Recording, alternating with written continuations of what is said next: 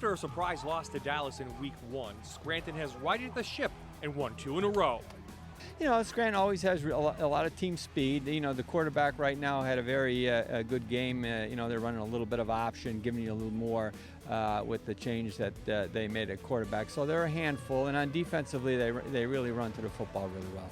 Scranton Prep, meantime, has been dominant the first 3 weeks, using their speed and aerial attack to go undefeated.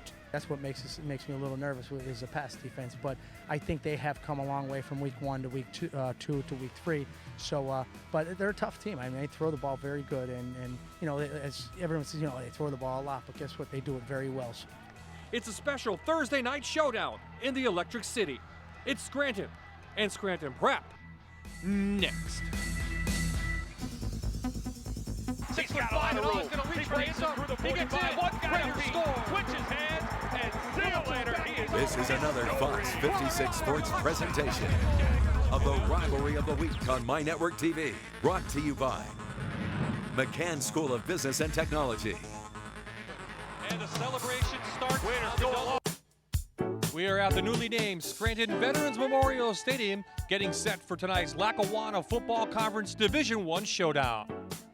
Good evening, everyone. I'm Bob Ide, and welcome to a special Thursday edition of the Rivalry of the Week. Joining me for the call will be John Mendola from the Fox 56 Sports Show, and Aaron Dugan will be on the sidelines. And John, a short week, a different type of game, a Thursday night game, but both teams seem like they're ready to go. Well, I think they get fired up. They're playing a day early, but they know that a lot's on the line tonight for both teams playoff-wise, and, of course, some extra enthusiasm just a day early. Let's talk about the Knights of Scranton. Lost the first game to Dallas, rebounded with 2 big wins, but as they go, Jake McCarthy goes too. Well, he's a stud, no doubt about it, whether it's his coach or opposing coaches. 248 yards last week, 3 touchdowns. Hey, he could get over 1,000 tonight the way he's going. Jake McCarthy, he's absolutely the entire offense. They're going to try to get a couple more guys involved, though. Cavaliers of Scranton Prep undefeated. Nick Cifanelli leading the way with an aerial attack. 7 for 11, 150 yards last week, 3 touchdowns. He can throw, and he's got some great weapons and some good speed there for the Cavaliers. Beautiful night for high school football in the Electric City. Will it remain that way? Let's find out. We'll head to Josh Odell from the Fox 56 News, first at 10. Thank you, Bob. We have great weather tonight for Scranton as they take on Scranton Prep. And here's what you can expect at Scranton Memorial Stadium. Dry but chilly over the next couple of hours. We're talking temperatures in the low 60s. Now we're going to send it back to Bob at Scranton Memorial Stadium. Thank you, Josh. Thursday night football is on the way. It's the Cavaliers and the Knights. The opening kickoff and the starting lineups are next.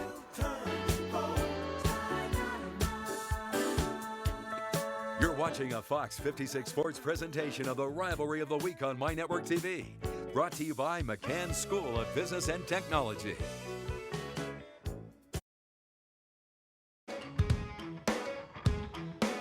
We are back live at Veterans Memorial Stadium in Scranton. A special Thursday night game of the Rivalry of the Week. Scranton and Scranton Prep ready to bang heads.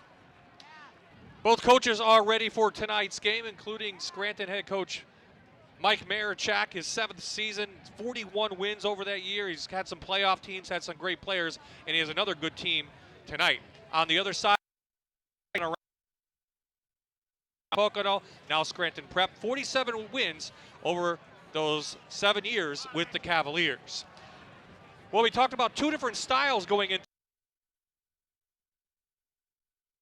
ball, but is it that simple, Aaron Dugan? Can it be that simple? If you stop it, that's how you win it? Bob, it can't be that simple. As you said, Scranton, they're going to run the ball all night. Prep loves to throw, but when you take a look at some of the numbers from these teams the past few weeks, you can see why they love those offenses. Scranton had just about 900 yards rushing in the last few games. Of course, a lot of that having to do with Jake McCarthy. Scranton Prep over 600 yards in the air, and it's going to be up to these defenses tonight, Bob, to see who can be more effective, and both teams are averaging over 30 points a game, so it should be a high-scoring affair, guys. Thank you, Aaron. And John Mendola, you would think that it could be high scoring, maybe over 55 points. It could be at the end of the night, but we've seen that before, and it could go the other way. Yeah, it could. I mean, I think what we've seen so far this season is, you know, Scranton struggled a little bit with a passing attack at Dallas, and Dallas was able to put up a few more points than Scranton that afternoon. up at Misericordia University. And then, of course, since then, Scranton Prep on the opposite side, they're putting up 29 or 30 points or what have you. So they're able to get into the end zone and have some real speedsters at the wide receiver position. We'll see if it's a one-way game or if that other dynamics get in. But we'd like to see the scoreboard light up a little bit. Well, we'd like to thank the Pennsylvania Cable Network for partnering up with us tonight and giving you statewide coverage of this Lackawanna Football Conference Division I game. Scranton already has a division game in the books. They beat Wallen-Paulpack last week 27-0 for Scranton Prep. 3 basically easy wins. They're 3-0. This is their first conference game. There's the...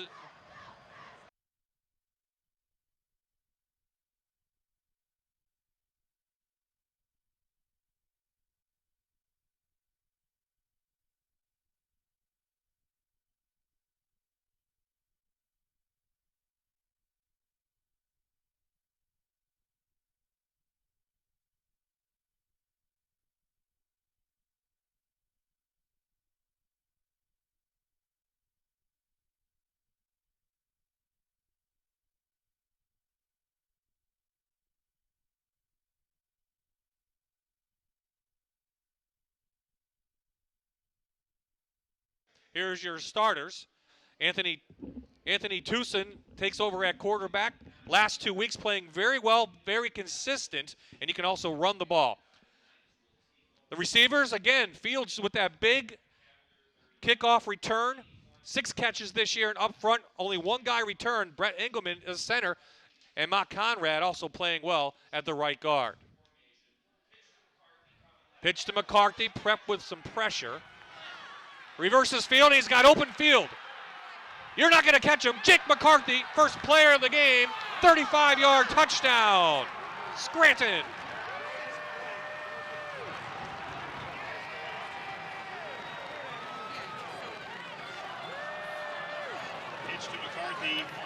That's our simple offense for Scranton. A little dose of Jake McCarthy. Come this way, there's nothing. Get 1 block, seal it with the quarterback, and he is gonzo beans. Nobody catching Jake McCarthy. First player of the game, 35-yard touchdown. Scranton.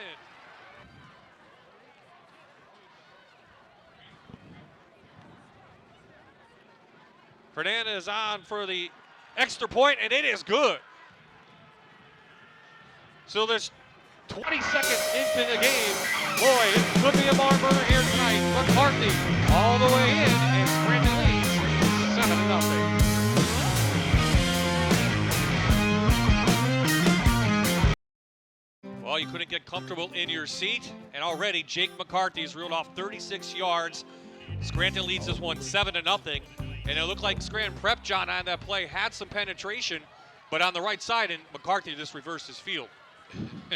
He does what he does best, and 7 yards in the backfield, kind of like a pro offense, and give him a little bit of room, even if it's on the opposite side. Forget about it.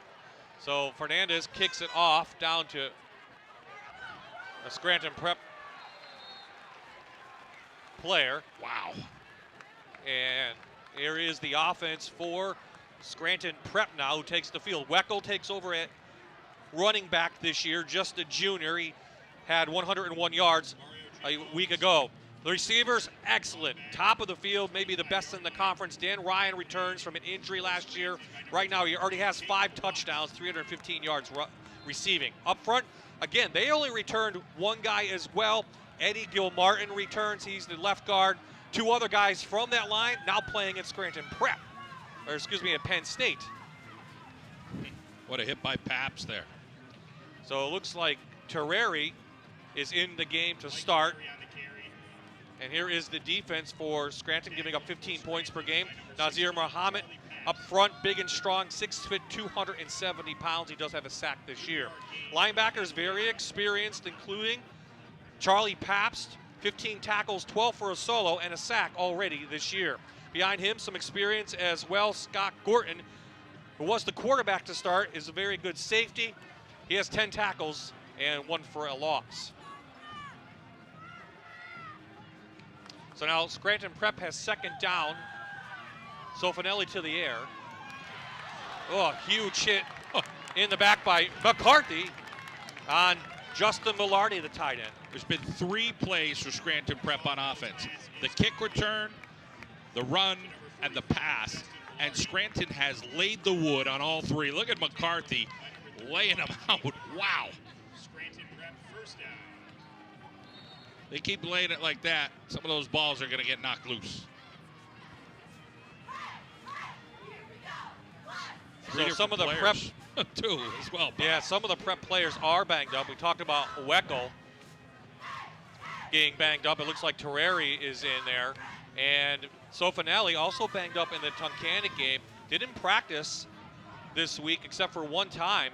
Has a bad back. Here comes the blitz from the Knights. And they get it to Sample on a little crossing. And second down coming up. Well, here you see Sofanelli setting up over on that side. Scranton bringing it, and then gets it over his receiver this way. Gets a little bit more of a manageable situation here for Scranton. So Prep on the ground averaging 125 yards. Through the air, 205, 303 total yards per game for a team that averages just over 32 points per game with wins over Tunkhannock, Wyoming area, and to begin the season against Dunmore. Big rush and a sack. Stephen Ruddy gets Sofanelli.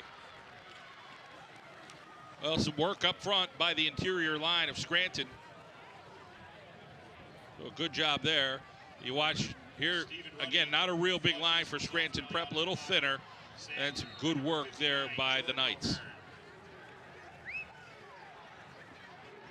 It seems as if, Bob, the Scranton defense are playing 10 yards off of Dan Ryan, who's got some wheels. Up top, the coaches are probably looking at that, saying we may need to get Ryan the ball immediately, see if he can make a move. Well, Scranton in that first game this year against Dallas had some trouble with the spread offense of Dallas. They gave up 223 yards through the air and 3 touchdowns. Coach Marichak said they feel like they're a little bit better this time around, and they're picked off. Intercepted by Milton Madable, a senior free safety. We're going to get a little defense going for Scranton. That's going to help him. Milton Madable on the INT.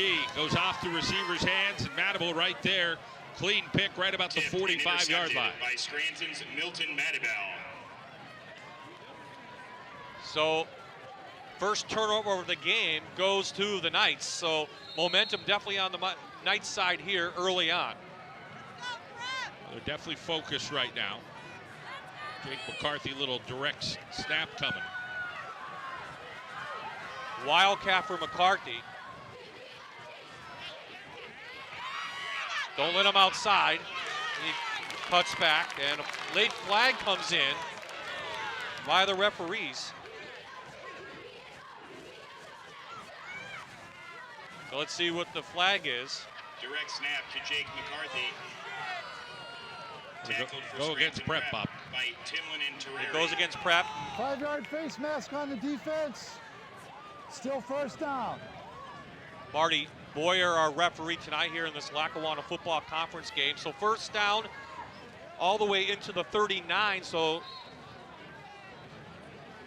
short yardage coming up for Scranton. Both possessions now have come on the Prep side of the ball. There's Tucson, the quarterback. Another flag comes in, and McCarthy has the first, but this one may be coming back.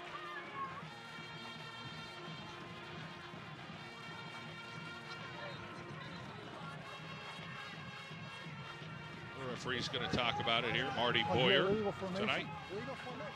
Illegal. There you hear some of the chatter. It's the call. We have illegal formation on the offense. 5 yards, still first down. I didn't see your flag. So the penalty comes in, and you heard the call there. So back Scranton up, back to the original line of scrimmage. So we're back to where it started. John, 1st and 10. Scranton has the ball. 5-yard penalty. Now Prep with that line last year, and they had a big line. We talked about it.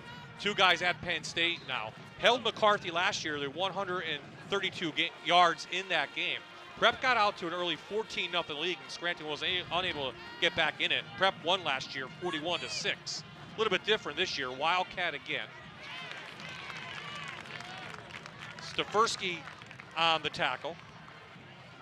Prep graduated a lot of players from last year, including those guys up front, Bob, and they had some weapons. But Sofinelli returns at the quarterback position. They're just a little leaner up front, can make some plays on the defensive end. Hey, they've pitched some shutouts already this year, so they've done a fine job, but they haven't faced a Jake McCarthy kind of running back. There's Nick Donato, head coach of Scranton Prep. So Tucson in the shotgun now on second down. First throw of the game is going to go deep. No one out there in a white uniform, but Sample ran it down and almost picked it off. The Prep shows her speed. I mean, Sample just went for that one, and Sample has the wheels. Dan Ryan might be a little faster than him, but Tucson just goes up top, says, I'm going to go for it. Not enough separation on the four verticals. You know, those guys were only about 5 yards apart. Need to get over a little bit more to kind of force that safety a little bit more inside or to make a decision. So I'm sure they'll make some adjustments there up top with the coaches, tell their players to separate a little bit more. So a third down coming up for the Knights. Tucson in the shotgun. Trying a little option and ball's out. And Prep had it to begin with, but I think Scranton Knight rolled over with it. Let's see what the call is on the field. Well, Marichek and Sample, I think Sample's got it. So first turnover of the game for the Knights.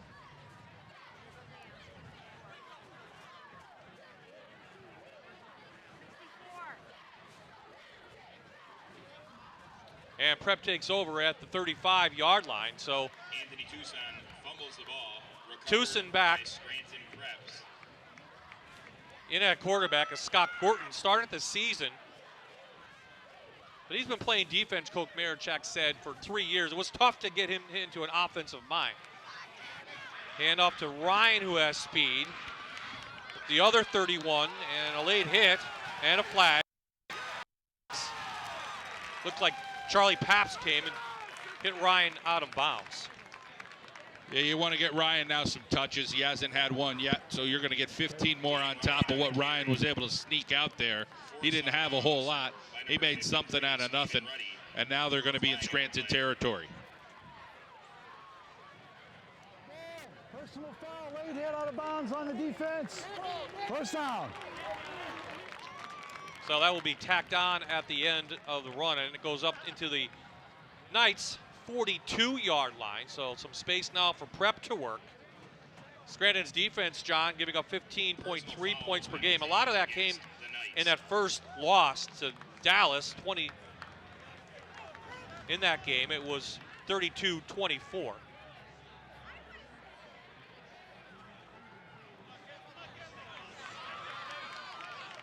This is out to Sample, the other wide receiver. A minimal gain, about 3 or so.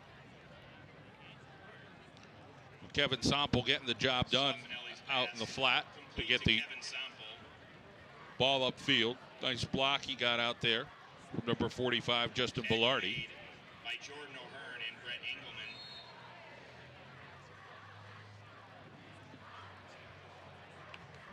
So clock winding down here in quarter number 1 of Thursday night football. Scranton opened up first play of the game, Jake McCarthy for a touchdown. Herreri in, the senior. Loss of about 1, so third down coming up. Mike Terreri on the carry. Tackled by number 59. Well, Prep's got to see if they can get Sample in space or Dan Ryan in a little bit of space to make some plays going upfield. Sofinelli's got the arm. Thin young man, 6'1", 155 pounds. Again, a heck of a javelin thrower. Did it all across the country over the summer. He really fell in love with the sport in the last year. And he's excelled at it, and that may be his ticket at the next level. So Stefersky in the backfield. Just overthrows Sample out there, so 4th down coming up for Prep. By Nick had him too. It was just a tight bunch look over to the right-hand side of that play from Scranton Prep. And it was kind of flood route, and it was wide open in the flat. So that brings on the kicking team. Jake Ryan, the sophomore, averaging 34.8. And I'd like to see now if they're going to kick to McCarthy and Fields, or will Ryan try to just hit it out of bounds and pin Scranton deep.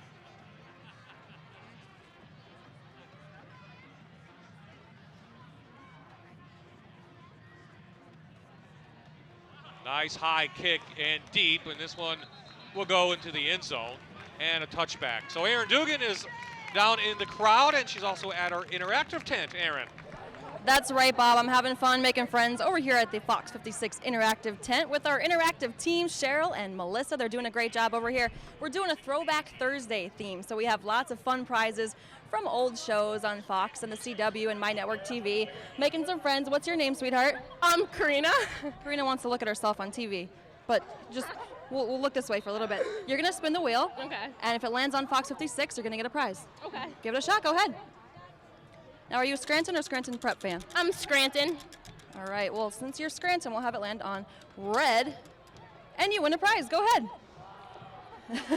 But we don't want everyone here at the game having all the fun. We want you at home to have some fun as well. You can win a prize. Just tweet me at AaronFox56 who you think will win the game with the hashtag NEPA rivalry.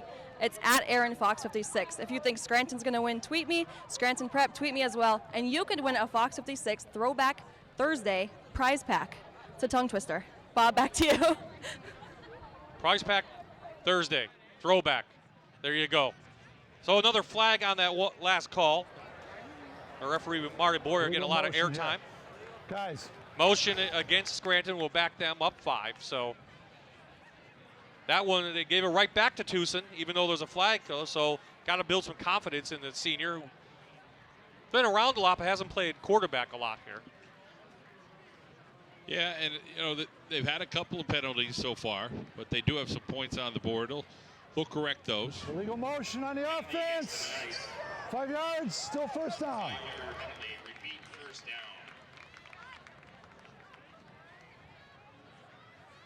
Fields is a talented guy who plays receiver for Scranton. We'll see him tonight. Get a little one-on-one coverage.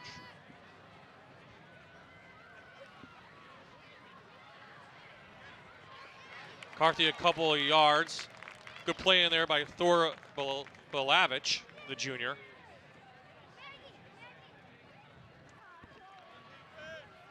Belavich also a wrestler at Scranton Prep. What's up, buddy? McCarthy on the carry.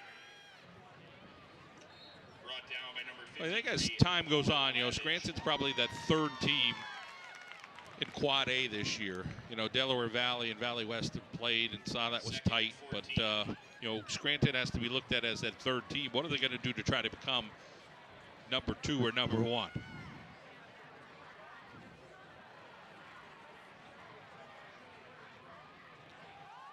Gonna pass again, Tucson. It's caught. Hitting his tight end, Granahan. His first catch of the season, and gonna be short of a first down, but bring up a 3rd down and manageable. Well, credit Granahan here. He sees Paps coming across in front of him, so he kind of takes a little deeper route. They're still kind of close to each other, but enough to get into some open space at 6'3", 220 pounds, and get Scranton in a little better position.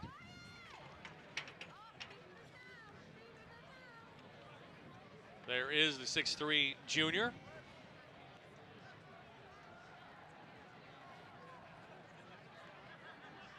Big rush from Prep. McCarthy stood up short of a first by about half a yard or so.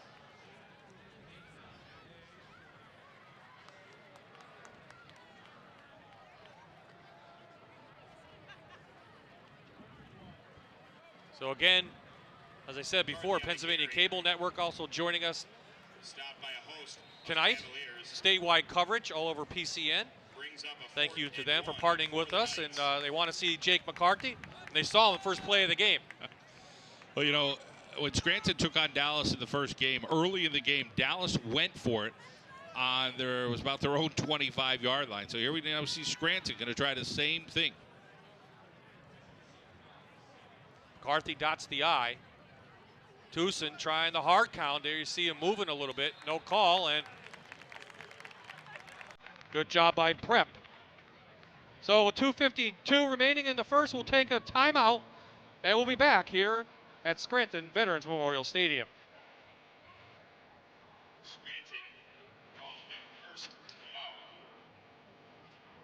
The rivalry of the week on My Network TV is brought to you by McCann School of Business and Technology. We're the Scranton High Cheerleaders, and you're watching live high school football on My Network TV.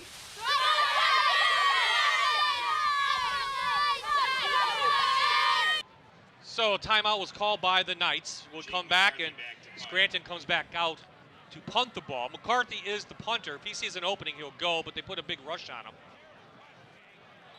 And it's a very short kick, and Prep will get good field position to begin their next possession. That one didn't go the way McCarthy would have liked. He knew it was not good. Oh, Scranton Prep will have very good field position here. Yeah, let's all the way up to the, how about the 46-yard line. So Scranton 46-yard line. both Ryan and Sample, the big wide receivers with speed, John, have gotten the ball, but running it. I don't believe they got a pass yet caught. Both passes have been caught by Bilardi. So you need to get the receivers a little bit into the game, and credit Scranton early on, at least shutting down the wideouts. Yeah, I mean, last time Ryan was over there, they jammed him, and he's been getting blanket coverage, whether it's 10 yards off or right in his face. Soffanelli's pass short. 10-4 Bilardi.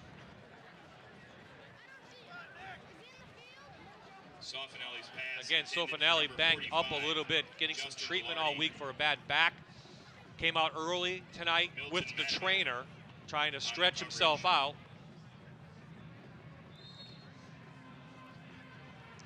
Victor Burns is about 6'2", 170 pounds. Wherever Dan Ryan has gone, that's where he's going. Right now on the Prep, towards the Prep's opposite side, and they'll have the two receivers over here, Bob. Last week I didn't see a lot of McCarthy playing safety against Wallenpaupack. Tonight he's in there, and this is out to Sample. Breaks a couple tackles. Knocked out of bounds inside the 25 at the 23. 23 on that for Kevin Sample. A double S in this one. You got Soffanelli out to Sample, and he just has enough wheels to get downfield, to get some good blocking out there from his wide receiver. First down yardage. I thought that could have been a horse collar there at the end, but I think his hand came off. Gordon tracks him down, so back into the I they go. Looks like Justin Weckel now is your I back, and they give it to him, and he's got a little hole. Knocked back by a couple of Knights, but a good game, about 4. I think that 2 on first down. Marichek and Gorton in on that tackle. As you see the carry, there's Marichek. Gorton, a couple of guys that could get the job done there for the Scranton defense. Of course, Marichek is a junior. He's playing a defensive end position. Defensive Scranton giving up about 246 total yards per game. Again, a lot of that came in the Dallas loss. And then the last 2 weeks, they played very well against Hazleton and then a shutout last week against Wallenpaupack. Little reverse to Ryan. Turns the corner and knocked out of bounds about the 10-yard line, right at the 10. Nice game for Ryan, and first and goal, Scranton Prep. Well, to me, that's one of those plays where you throw out your reads. This sets up perfectly for Ryan. He's on the short side of the field, comes in motion. You have a feeling he's got the wheels to get out there. He's just going to get the ball. You got to have those instincts to stop it. And it was just too late before they did as he gets the first down. Forced out of bounds by Charlie Most Bass. of the time, he's not been in the slot. So when he's been in the slot, he's come in motion and he's carried the ball. From the 10-yard line. Rushing the ball, Ryan getting a couple touches tonight, first time all year long. Weckel inside off the left, couple yards. Second down. Justin Weckel on the carry. Interesting play there for Scranton Prep, kind of like a short toss. Stephen Ruddy and Jordan O'Hearn. They brought the fullback through to be the lead blocker. Second and goal from the 9. Scranton Prep wants to see what they could do here to end quarter one. Get some points on the board. Not sure if they're going to try to air it out to Ryan with the one-on-one coverage against the bigger guy or get Sofinelli in space over here. He's got 3 receivers, Bob. Passing formation for Prep. Timlin in motion. Bad snap. Sofinelli unable to get out of it. John Marichek in quickly on the sack. Some pushing and shoving. Whether it's Thursday or Friday, it doesn't matter, John. These two teams don't like each other. Ball all the way back at the 20. And it looked like the center had a bad snap. Scranton Prep fumble on the Off play. to the left.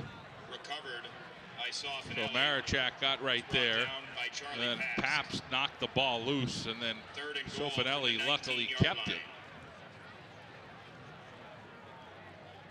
So third and goal back at the 20-yard line for Prep. This will be the last, should be the last play of the quarter, unless they score.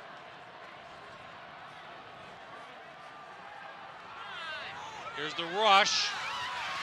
Sofinelli hit in and out of the intended receiver's hands. Adam Sunday, a senior, almost had it. Well, it was almost the perfect play for Nick Sofinelli to just keep it because there was nobody around right here. If he just keeps running, he's got Paps chasing him, but there's nobody in front of him. Everybody was in the end zone. Good defense back there from Scranton. Madaville again. Brings up a 4th down. So it's 4th down. They'll set up for the field goal. And that will bring in Alex Reeder. No field goal attempts this year. Ball placed about the 37. So this will be a 47-yard field goal for the lefty. It is no good. It had some distance, but wide right. Alex Reeder's 37-yard. So that bad snap really cost Scranton Prep. They at least had an attempt at a field goal, but it went wide right. 12 seconds left in the first quarter. McCann School of Business and Technology has been preparing students for employment in their chosen field since 1897 with their hands-on, real-world training. You'll hit the job market with the skills that today's employers demand. Classes are forming now, so visit mccann.edu.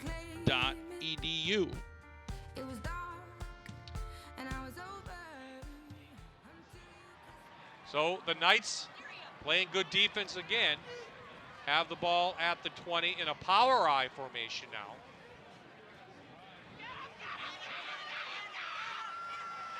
Ryan cuts off McCarthy, but not after a big gain of about 7 yards. It will stop the clock momentarily and bring up second down. Well, here you see Jake McCarthy. Paps tries to get a block, and then Ryan chases him out, and then he finally gets taken out of bounds. And, Jake McCarthy on the carry. McCarthy is probably, he's more finesse for what he does. Once he gets into open space, the wheels kind of start going a little bit more. Don't really see him. He could run you over, but most of the times he's going to try to slip through you. McCarthy, of course, headed to Virginia on a baseball scholarship. He's verbally committed. He hasn't signed yet. to join his brother Joe down there.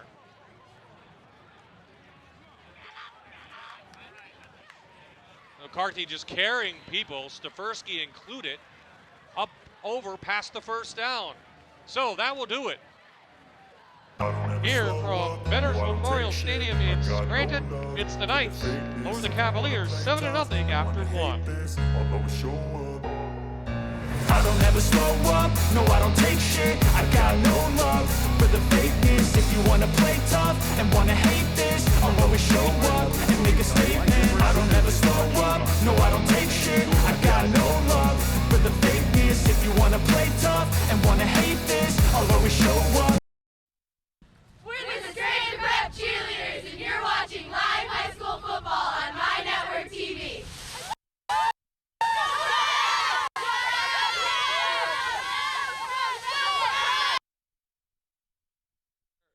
We are back in Scranton, the Electric City, on My Network TV, also on the Pennsylvania Cable Network throughout the Commonwealth tonight. Beautiful night for high school football. Bye-bye, John Mandola and Aaron Dugan here for this Lackawanna Football Conference game. And so far, it's been the Scranton offense has done a nice job in McCarthy, but the defense has played well against Prep. Here's the reverse to Fields. He's got room, Earl Fields. He's got speed as well. Ryan trips him up. What a huge gain.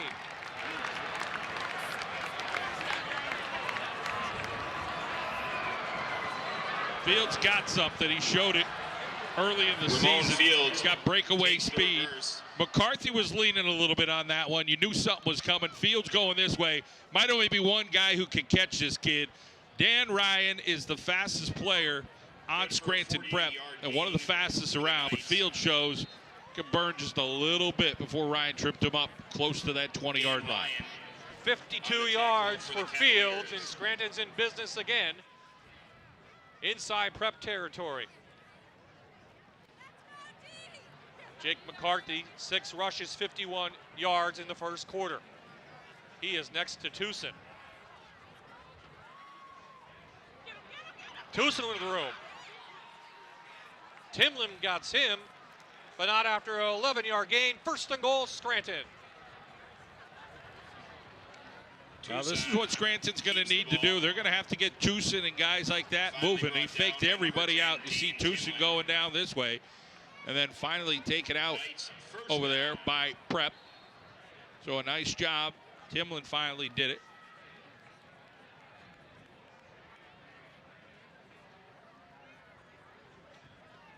Tucson again. Good hole left side, up inside the 6, just about the 5.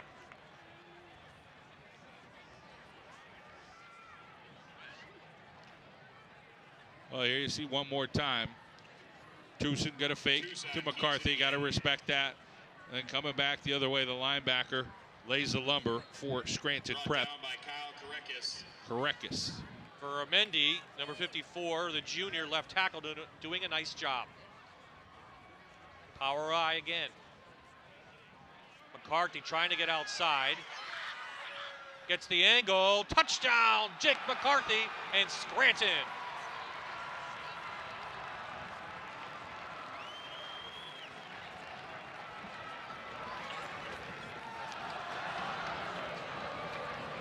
McCarthy on the carry. This guy could probably be a heck of a back at a school like Princeton or Penn or somewhere like that if he chose to. He's going to play baseball at the next level at Virginia. But watch McCarthy stretch out there. And they say he was in. Foot looked out, but called a touchdown. No replays in high school. Now we get another flag on the field. So on the defense, half the distance. It goes against Prep. Well, you wondered coming in if Prep had played a tough schedule early on, John. I mean, they're 3-0, but they did beat some teams that have been down on their luck the last couple years. They beat Dunmore early on, but I think they beat them 26-0, but I think a Dunmore team that's really going right now. And then they came back, had a tough early game against Wyoming area, but they ended up winning that one and then shut out Tunkhannock. But in that Tunkhannock game, they didn't play well in the first half at all. 4 turnovers in that first half. Yeah, and sometimes the season sets up that way. I think, you know, when Scranton Prep, they decided to play a lot of their games on the road this year. And against Dunmore, you know, they came up and pretty much showed a lot of people that they could play some football. And regardless if Dunmore's going to have a great year, they still took it to Dunmore pretty good. You know, as the schedule goes on for them, it does get tougher. But this is a good barometer for them. This is a great test. They wanted to know how they matched up against a team like Scranton. And they still feel, I'm sure, that they could play with them and score some points. So a little closer. They'll go for 2 now, will the Knights. Power I. McCarthy walks in, gets hammered by Velarde, but it was in the end zone. The 2-point conversion is good, and the Knights extend their lead now to 15-0 here until the second quarter. Been all Jake McCarthy tonight for the Scranton Knights. Another touchdown in the books. Well, he's running good. Jake McCarthy gets tossed a little bit. But hey, he's looking to grab the big numbers tonight. To hit 1,000, needs 266. We'll see. Feeling my way through the dark. Alaska Company has enjoyed serving our customers for more than 35 years. We're expanding our business to give the people in Northeast and Central Pennsylvania a greater selection of products. Fireplaces and stoves, the fire pits and tables, gas logs, electric fireplaces, and outdoor furniture. Our new store located at Bernie Ave in Moosic in front of the Kmart offers 11 different highly regarded manufacturers to choose from. Alaska Company. There you can see Toby Hanna Federal Credit Union Field. We are at Scranton Veterans Memorial Stadium. And Jake McCarthy already putting on a show. 2 touchdowns so far for him. 7-play, 80-yard drive for the Knights, all on the ground, and they lead now 15-0. There's a sample from his goal line. Looked like a horse collar. I don't see any flags down, and Prep will have it just outside the 20. Watts made the tackle again, made it on the first kick return. He does it again. It's a big, strong kid, backup linebacker. Here you see Sample taking it over this way and looking for blocks. Watts just kind of fits through, grabbed him on the side of the pad. So it kind of looked that way, Bob, but yeah. I think it was legal. Yep, you have to grab it inside the back of the neck. Saw that, I think, in the Eagles game the other night. It wasn't one. They got a flag for it. But the defender did not hit the collar. So now Prep has to get something going. Already an interception for Sofinelli. He has not looked strong tonight. Nice little quick out for Ryan. Big gain, just about 9. Well, they're playing so far off him. I mean, you know, they have to see that upstairs. They're respecting Ryan's speed, 10 yards off.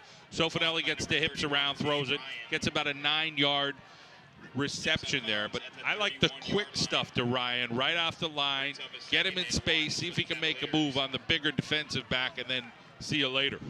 You think Scranton just doesn't want to give up the big play. That's right. what they do. That's what they want to do. Yep, kind of like a little bit of an umbrella. Let's contain him a little bit. Once in a while, they're going to get in his face and press him.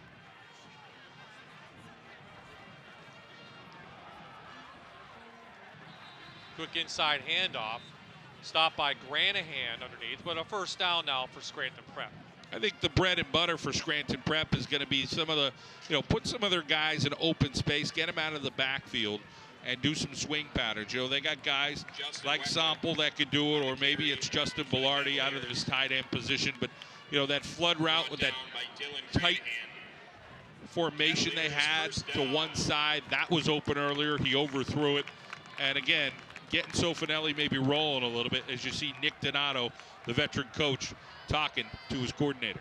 Over 1,400 yards, 13 touchdowns for Sofinelli last year as a junior. Gives his hips turn and short hops it to Ryan, and it goes incomplete. Well, I think Sofinelli's a little banged up, Bob. I think you spoke to Coach Donato this week about, you know, how he's feeling, and wasn't able to get all of what he needed there.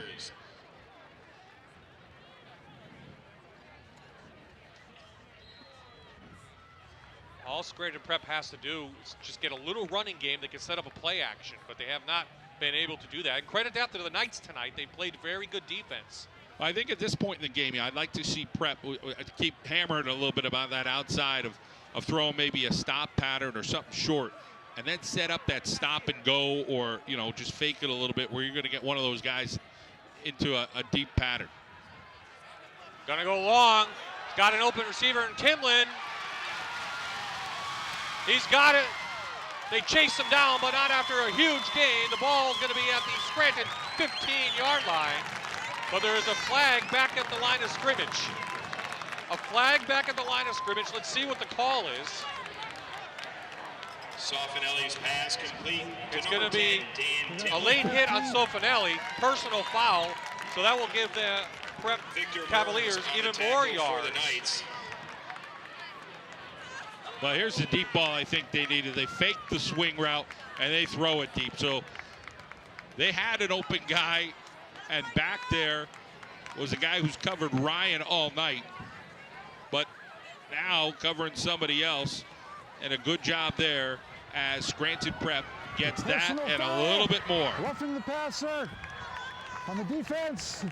Pass the distance. First down. So the ball now inside the 10 at the 8-yard line. First and goal, Scranton Prep. 53 yards in the air for Sofinelli to Timlin. Reverse, Sample. Gets a block, no flags, touchdown Prep.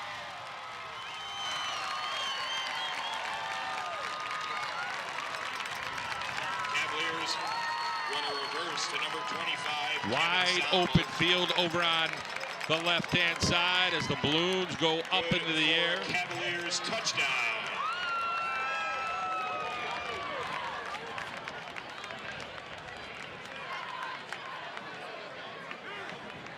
Coach Marichak said they do the aerial attack well. That's their bread and butter, and there you saw why. Reed around for the extra point, 9 of 10 this year already. Ryan the hold, kick is up, and it is good. So Prep marches 5 plays, 78 yards to right.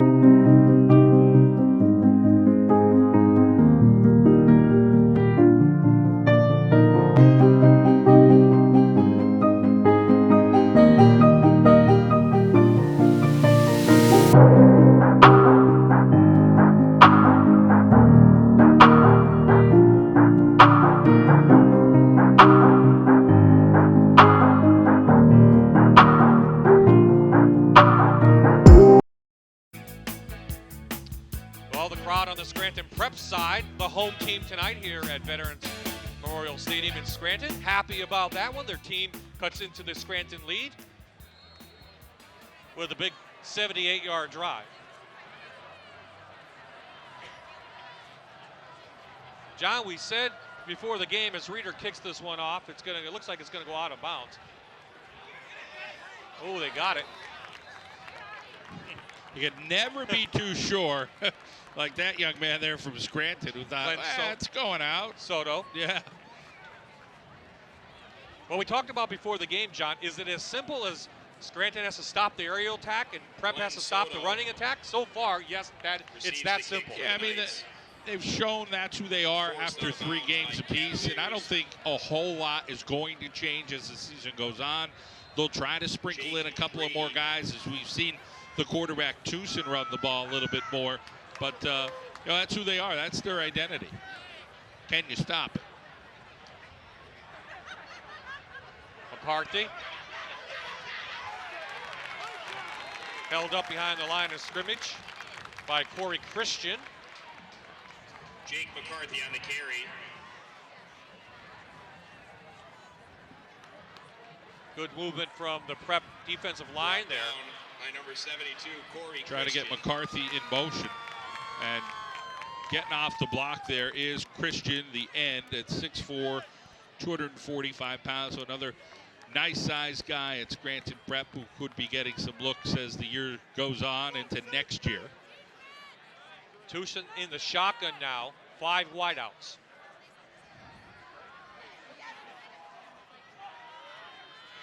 Underneath guy, fumble, but Marichak had it, let it go. Are they going to rule it a completion and a fumble or an incompletion? Completion and a fumble. Prep gets their first turnover of the game. Tucson's pass complete to John Boy, how Marichek. a game could change so quickly here. We're just a few minutes into the second quarter. You'll see Tucson looking around. He finds Marichek right in the middle. Now he takes us 2 steps, 3 steps. That's a fumble. And laying the lumber there for Scranton Prep is Will Mulligan. And then the ball's loose. All of a sudden, now Prep has great field position. Best starting field position for the Cavaliers tonight. Scranton's 27. No rush. Not sure who that intended for. Looked like Ryan dove for it. Goes incomplete. Sofinelli's pass intended. It's the second time Sofinelli came up short. Ryan did a basic 10-yard out, and it came up a little bit short, so not sure if an injury is playing into what Sofinelli firing the ball. He's got a really good arm. Sofinelli here tonight, 7 of 15, 90 yards and a touchdown so far for Nick Donato's Scranton Prep team.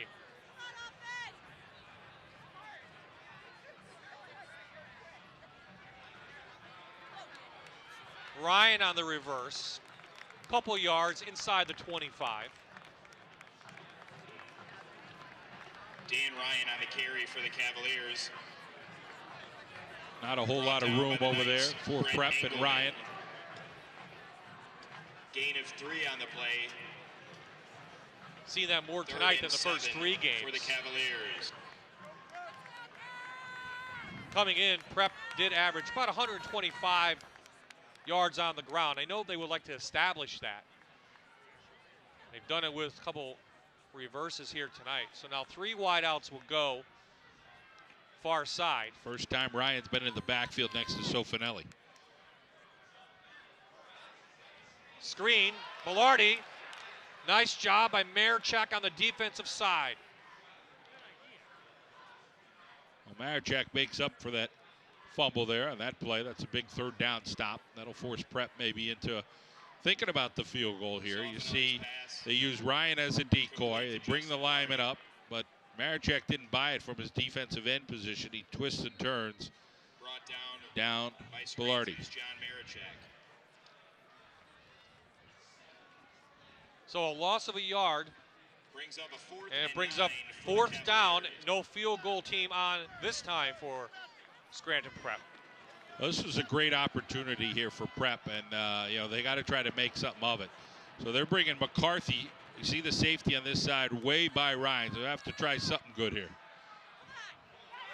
Ryan over the middle, a slant, and he's got a 1st down and more inside the 15. That's what you do. Those crossing patterns are awfully tough for linebackers. Nobody sees them. They get lost a little bit. That's exactly what you do. Crossing patterns are perfect, and Dan Ryan, no linebacker to be found, just enough to get 10 yards, makes enough of a move, finally taken down. Granahan on the tackle with McCarthy, and Sofinelli now cutting up the Knights a little bit on the aerial attack. Good job by the offensive line last time as well.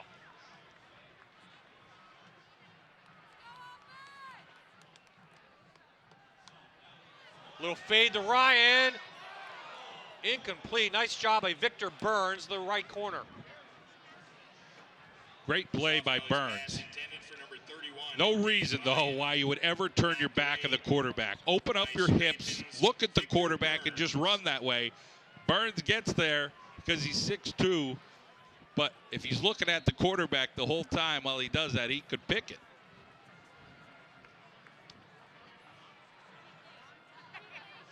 So 2nd down now coming up from the 14.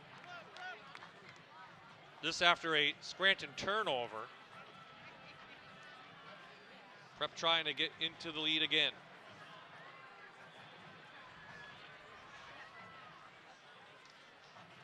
Weckel in the backfield next to Sofinelli. No rush, he's got plenty of time.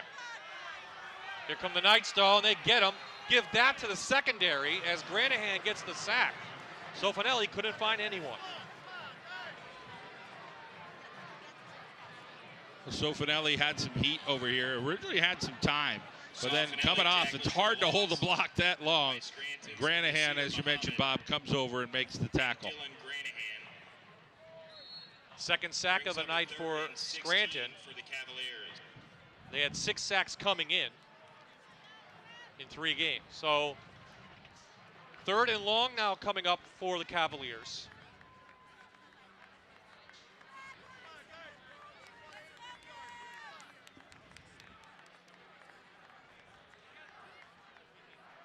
From the 21. Extra protection in the backfield. Caught by Sample, but at the 10. And a 4th down coming up again. They got some of it back, John. About a 10-yard gain. Yeah, it was a deep slant. I mean, he knew it was coming there the whole time. Scranton got there, but Madable again on the coverage as Prep now will try the field goal. So a little bit shorter field goal now for Reeder, who missed a 47-yarder in the first. So this mark is at the 26. Ryan, the holder. Kick is up, and it is no good again. So Reeder 0 for 2 tonight. Scranton still has an 8-point lead, and it gives us a chance now to go down to Aaron Dugan with a special guest. Aaron. That's right, Bob. I'm over here by the Fox 56 interactive tent with John Keenan from Einen Buick GMC. Thanks for joining us. Thank you for having us, Aaron. So what made you want to get involved in bringing local high school sports to the region? Well, if you remember last year, our owner's son was playing for Old Forge, and since he had graduated now, we still wanted to come back out and just get involved. We had a good time doing it last year. Yeah, I'm sure it's great getting out and talking to all the fans. Yeah, absolutely. I mean, we've been so busy at work lately because the beginning of football season kind of marks the end of the model year for us. So all the 14s are blowing out the door. The 2015 models are rolling in. So it's just nice to get out now and then and give back. Speaking about models, let's talk about this truck behind me because it's pretty awesome. Yeah, it is. It's a 2014. It's a brand new GMC Sierra. We did have it converted with our Extreme package. Puts a 6-inch lift on it, 35-inch 20s. It's a nice truck. It is. I'm kind of interested. Maybe we'll talk after. Absolutely. Okay. So let's talk about where you're located if somebody wants to come check out. Yeah, we are actually right on Route 6 and 9 and about 5 miles past the Viewmont Mall. Can't miss us. Flags, everything out. All right. Well, nice to see you. You too. Thanks for having us back. All right, Bob. Let's throw it back to you. Thank you to all of our sponsors, including Einen Buick GMC, for helping us out here on My Network TV. Again, we're all over the state tonight on the Pennsylvania Cable Network, partnering with us and welcoming in everyone around the state who enjoys high school football. Welcome to Lackawanna County, Veterans Memorial Stadium in Scranton, and we have a timeout on the field. 3:43 remaining. And looks like we had a timeout on the field, so Scranton's going to go over and talk it over as well. The Knights take their second timeout of the half. John, you mentioned about Nick Sofinelli. What a summer of success for him. District title. Didn't do too well in the States, but then, June, July, a couple of places in there, and he's got his name now on the national map. Yeah, he started looking up stuff. I talked to him over the summer, and he said, hey, I just started researching javelin and found out all these great guys from different countries and how well it is in Europe, and then he just kept doing it, and as the year went on, I mean, through 2:15.8, I mean, that's an outstanding throw. He's got some offers there, and I think he's got a couple on the wish list. I think I'm trying to remember. It might have been Texas A&M is his dream. But Duke, Stanford, LSU, and some Ivy Leaguers, they're not too bad. No, not too bad at all. Very good teams in track and field, and that is his ticket to the big time. There you see him on the sidelines tonight. Has a touchdown, nearing 100 yards in the first half, but his team down by 8. So after the timeout, Scranton comes back out on a second down. Tucson hit on the mulligan, and both players okay. I think that was in sync with everybody in the stands. That was going to be a collision. Keeps it for the Knights. 7 on 7. Brought down. Ouch. Tucson might have got the better of that one. Yeah. Almost helmet to helmet, but at the last second they veered off. Brings up 3rd and 5 for About the 5 Knights. yards now for a first down for Scranton. How about the Knights defense, though, John, on that last series of prep? After the fumble, very good field possession, but the Knights did an excellent job in holding Cavaliers for minimal gain. Yeah. Field goal attempt. And Marichek had a big play in that.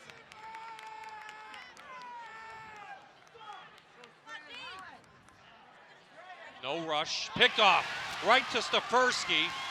Interception for the Scranton Prep Cavaliers. Stefersky's first of the year.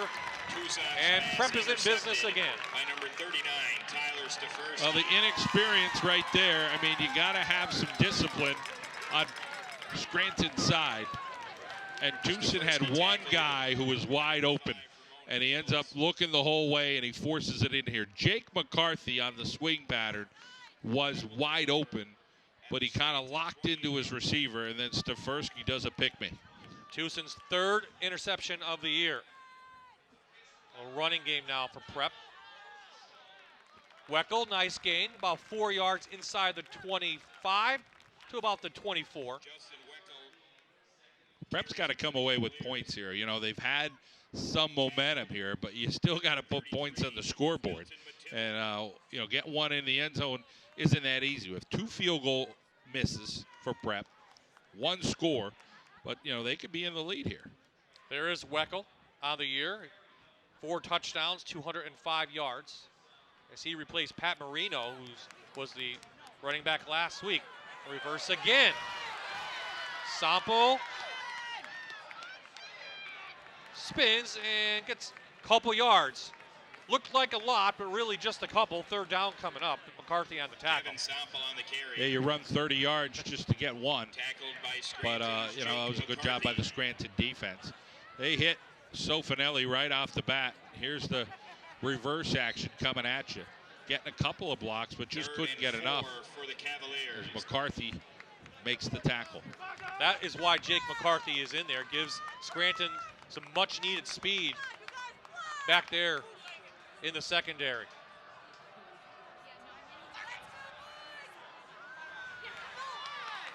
Sample went to the 15, just sat there. Sofinelli found him. First down for Prep.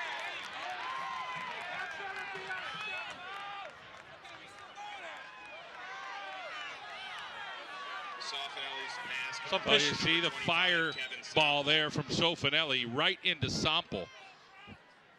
As Scranton got a little carried away on that play. Coaches will talk to him. Referee's talking it over on the 25. There is a flag down, a little pushing and shoving while we were in the replay. The dead ball, personal foul on the defense. Dead ball, personal foul on the offense. Those penalties offset. Your first down, Blue. Offsetting penalties, so play stands. Prep has the first down at the 15.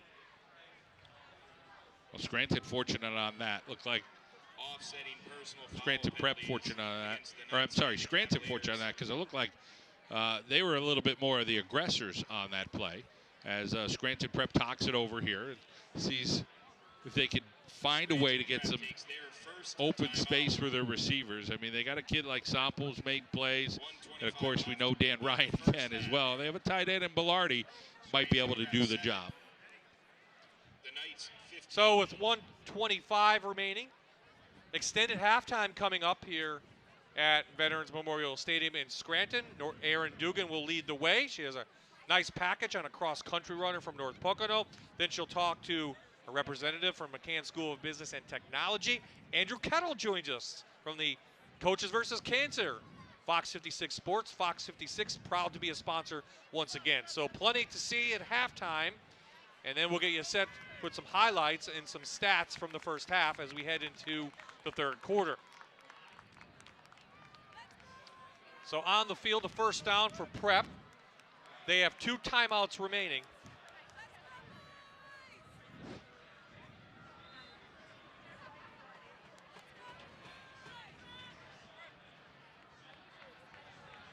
Sofinelli surveying, intercepted. Fields has it, and he's got some running room. And some blockers. Sofinelli knocks him out of bounds. But not after a big interception up to the 34-yard line, 39, I'd say. And I take that back, up to the 45. It might be 15 yards on this, and it was kind of inadvertent. Sofanelli stole the ball at the end. Let's watch it here. I think it was out of bounds, though. So Sofanelli here, looking around, throws it in. It's a little bit of a lobber. Goes over his intended receiver's head. And, of course, that's Sample.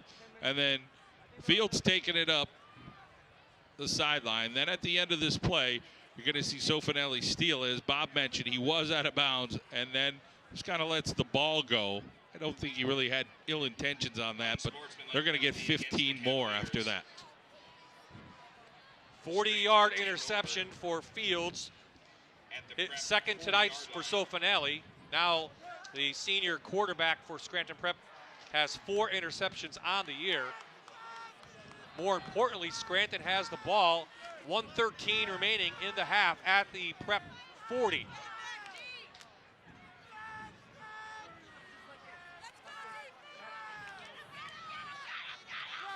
Oh, baby.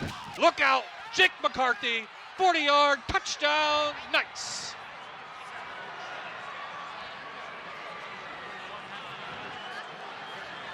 So Scranton gets another turnover from Prep. They cash in quickly. If you blink, you miss it. Little hole, little gap. That's all he needs. That's the way you draw it up.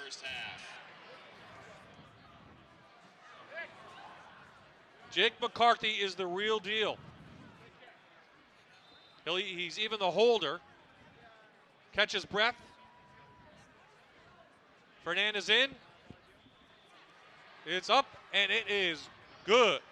So Scranton extends their lead now, 22-7 over the undefeated Cavaliers of Scranton Prep. They get the bunch right, the toss right. McCarthy explode, and he does, untouched, and ain't nobody gonna catch him. Nobody gonna catch Jake McCarthy. First play of the game, he went 36 yards. Then he scored again in the first as Scranton marched down the field. And there, a 40-yard gain and another touchdown. And now the Knights with a big lead over the Cavaliers. Mesco Glass Company, family owned since 1930. Glass for all your automobiles, home, and business. Locations in Scranton, Wilkes-Barre, Honesdale, and Lehigh Valley. Mesco Glass, we do it all.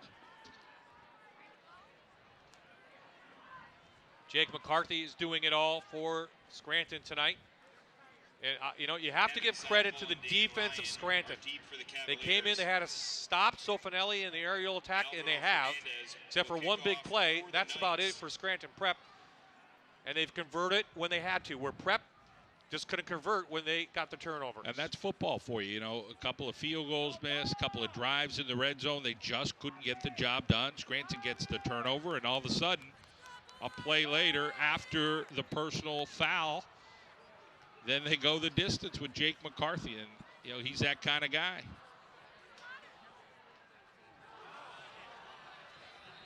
This one goes out of bounds, so Prep now, 2 timeouts. They can throw it if they want to. Just over a minute left here in the first half. Said that ball was touched, so the ball is going to be out over by the 20.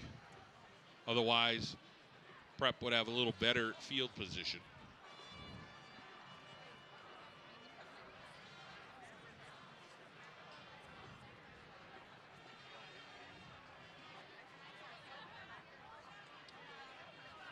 Prep will take over at the 19-yard So the ball is placed at the 19-yard line. And John mentioned it was touched, so that's where Prep will have it.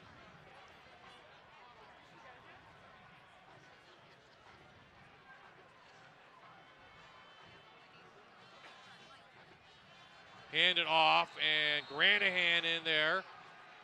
Paps as well, and the Scranton Knight defense fired up. They take Terreri back for a loss of about a yard or so. But more importantly, I think it shows what Scranton is playing tough defense here tonight. Stefanski trying to take on the backer. Does a good job of getting into Gorton, but then there's a couple other guys in there. Granahan led the charge for the Knights defense.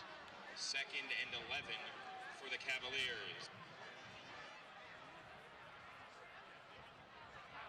So now Sample and Ryan come to the near side.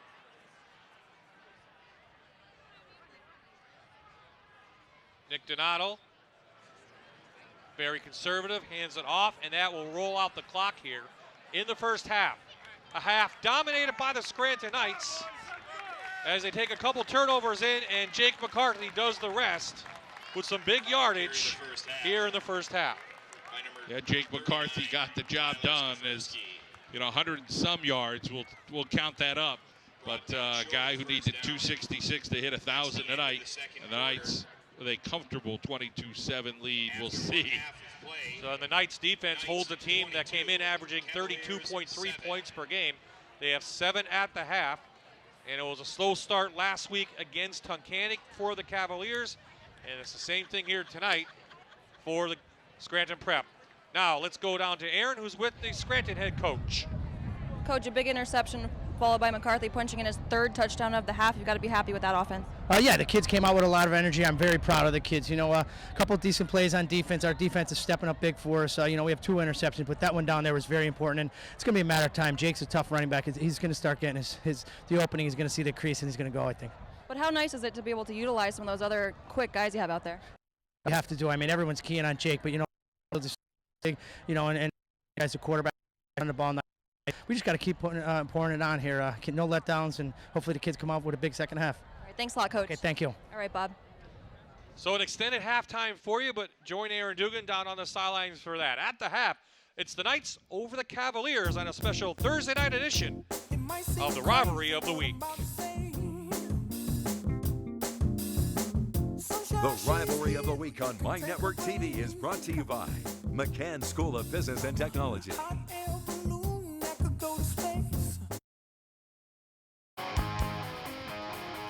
And welcome back to Scranton Memorial Stadium. I'm Aaron Dugan, and you're watching live high school football on My Network TV. So glad you could join us tonight for some Thursday night football. Right now, Scranton 22, Scranton Prep 7 at the half. And of course, football not the only fall sport that we love here on My Network TV. We cover everything on the Fox 56 Sports Show on Friday nights at 11 p.m.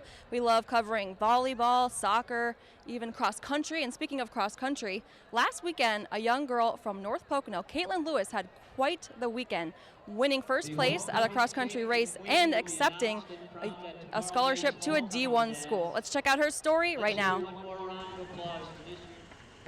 When North Pocono cross-country coach Don Scheller saw Caitlin Lewis come across the finish line in first place over the weekend at the Lackawanna County Commissioner's Invitational, she wasn't really surprised. She's seen this senior grow over the years into not only one of the best all-around athletes she's seen, but one of the best in the role of leader.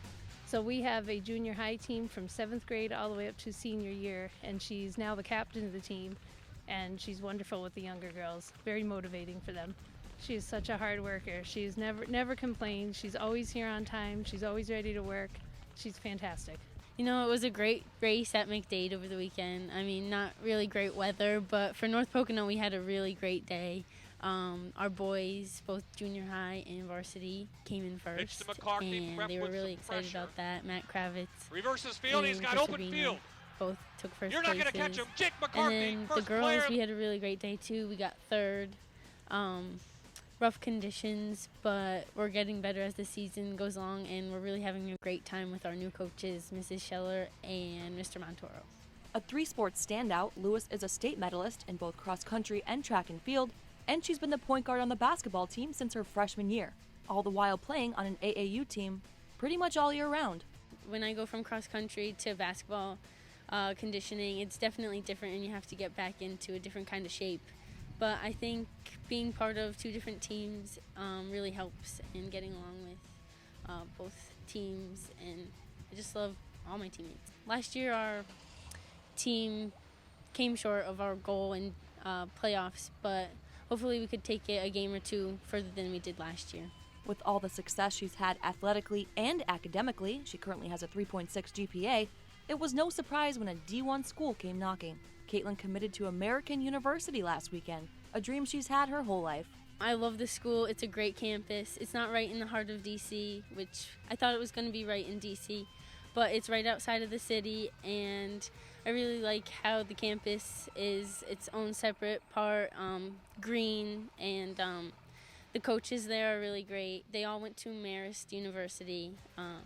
The assistant coaches coached under the head coach at Marist. They took a couple trips to the NCAA tournament, and I thought that was really exciting. And they had a really good season last year, so I thought it would be a great opportunity to compete and maybe go to the NCAA tournament. So with 3 sports, AAU basketball, and keeping up that high GPA, you would think Lewis wouldn't have time for much else. But as it turns out, she's got plenty of time for friends and hobbies. Well, my favorite TV show, at 11 o'clock, I love to watch Friends. I love music, MKTO and Maroon 5. I go to concerts with my friends, mostly teammates who are really close friends of mine. But yeah, that's about it. Lewis will continue her senior year at North Pocono with 3 seasons of sports left, enjoying the rest of her high school career, but at the same time looking forward to some D1 basketball waiting for her next fall.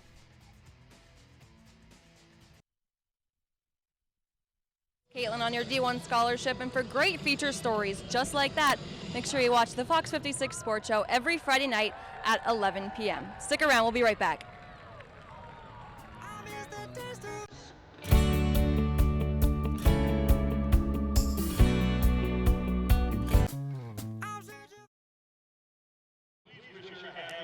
And welcome back to halftime here at Scranton Memorial.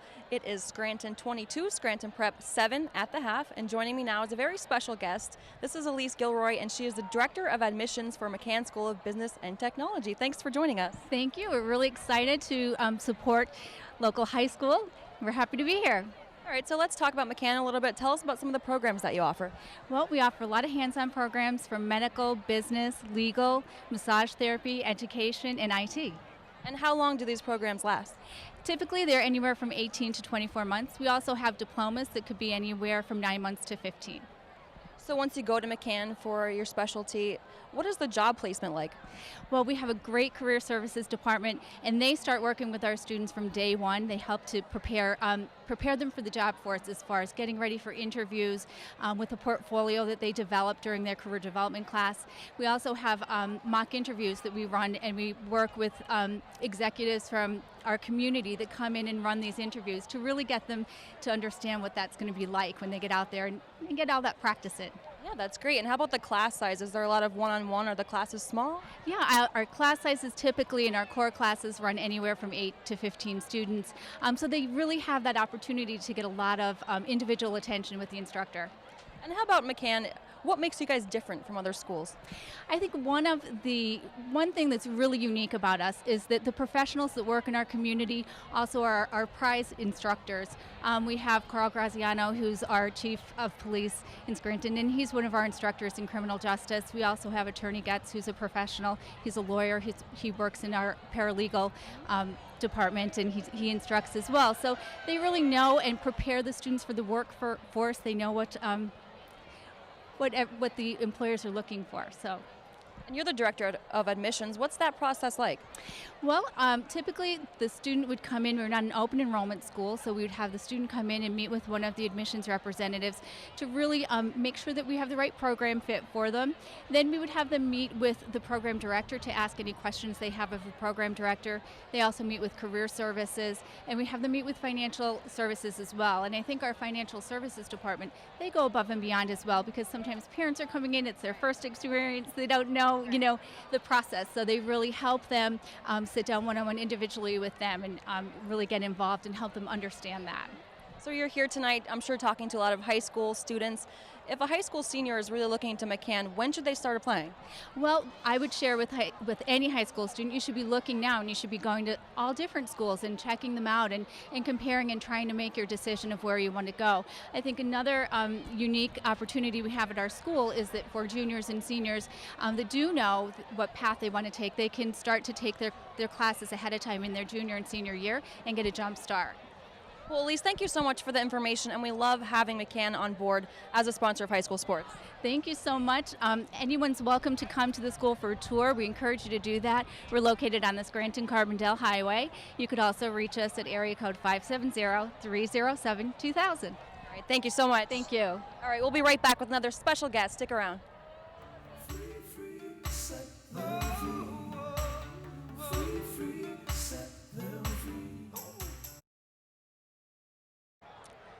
Welcome back, everyone. Another special guest joining me now on the sidelines, Andrew Kettle, a very familiar face to the Fox 56 sports crew. Nice to see you, Andrew. Nice to see you, Aaron. How are you? I'm doing great.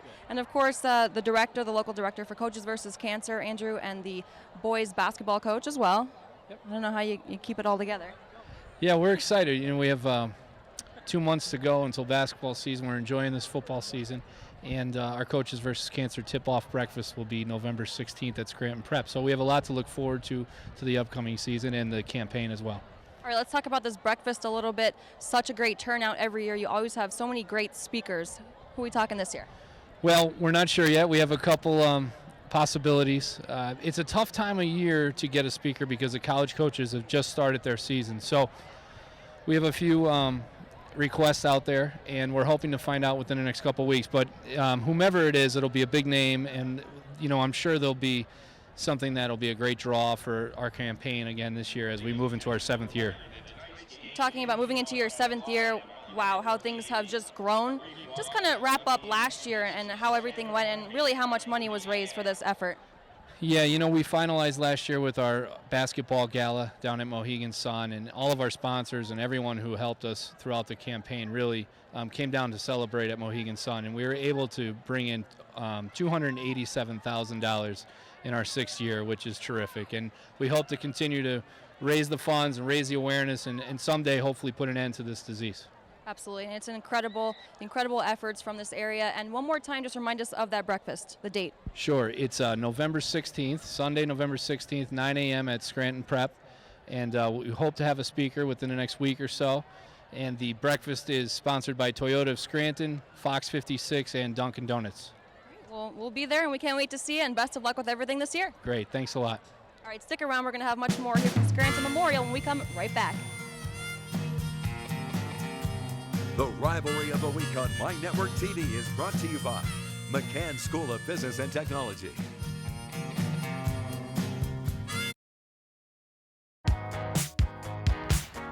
We're back at Veterans Memorial Stadium in Scranton, getting ready for the 3rd quarter to begin here in this Lackawanna Football Conference Division I showdown.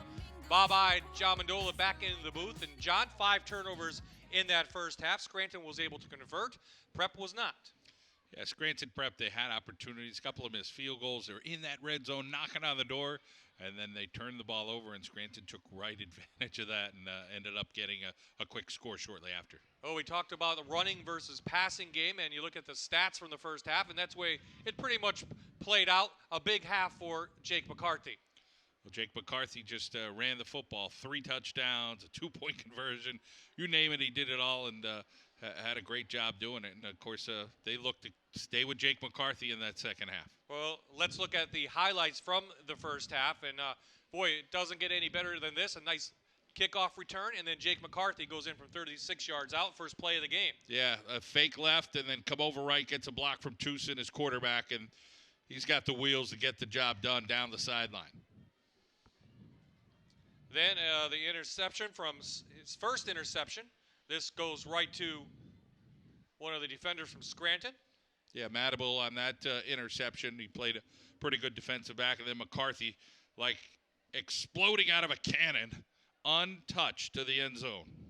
Prep had their own troubles keeping the Scranton had trouble keeping the ball, and they had 3 turnovers in the first half, including 2 fumbles, one right here. And then Prep was able to convert on that as Sample gets a touchdown. Yeah, Sample able to take this thing in on the reverse. And, you know, they tried a little misdirection, tried throwing the ball a little bit. That worked for Scranton Prep, but did leave some points on the board. And then an interception once again, Stefersky on that one. And they were just unable to get the job done. But, you know, at times they've stepped up with those 5 turnovers we've seen here at Veterans Memorial. So Prep did have 2 field goal attempts, and they both were off the mark just a little bit. One was from 47 yards. One was a little closer, about 26 yards or so for Reeder, and they went off the mark. So, okay, you come out, Scranton Prep's going to get the ball. You stick with the aerial attack, I guess. But good job by the Knights, though, keeping away from the big play. Just one big play in the first half for the Cavaliers. Yeah, there was. You know, I think you got to try some different stuff. The way Scranton's been defending it with keeping their defensive backs about 10 yards off. I think you got to come back to some short stuff, some swing passes, maybe overload one side, get a swing pass, try to get some of their athletes in space and see if they can get upfield, or maybe a couple of gimmick plays, maybe a pitch pass from one of their guys that they've done a reverse to. Both teams are on the field, and here's how it lines up for the Knights the rest of the way. They'll go to Valley View, and then that Big Bell game, and then a couple big games against Delaware Valley and Valley West. That could play out in the Quad A scenario. Yeah, it could. And you know, West is always a rivalry, and they're still searching for that win. Maybe they'll get it this week. North Pocono's played some better football this year. Valley View, you know, they're up and down, you know, played good enough to win last week. They lost a heartbreaker to Pittston by a point when they had a big lead. And, of course, Abington Heights at the end of the year. That's a toss-up each and every year. Teams very close in Lackawanna Football Conference Division I. Delaware Valley may be the favorite coming in so far, but Prep's 3-0. Scranton's right there 2-1. So who knows who could win that division when we get back to you in end of October. Yeah, and here's Alvaro Fernandez getting ready to kick things off for Scranton. I think you'd have to give the favorite to Delaware Valley right now. So the second half underway, a squib kick taken by Sample, and Scranton Prep now will begin this second half about the 18-yard line of Scranton. So Sofinelli about 133 yards in the air, 2 big interceptions. Sample with 5 catches. But the big stat that stands out, John, is 20 yards rushing for Prep, and they have to get some kind of running game to open up that passing game. Yeah, I mean, they have some open receivers and some open looks. I think you know if you're Scranton, and I'm probably not going to run the ball a whole lot. And it's a matter of, you know, Sofinelli able to get the ball where it belongs because it's tough covering them. Pass complete. It's Bellardi who bounces off a player.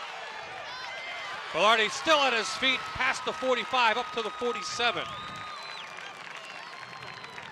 Sofinelli's pass complete to number 45, Justin Bellardi. Well, here comes Scranton Prep. Sofinelli getting some time. Peel back block right there. Mabel went down. And then down the sideline getting a block from Sample. Gordon finally gets the big tight end out of bounds.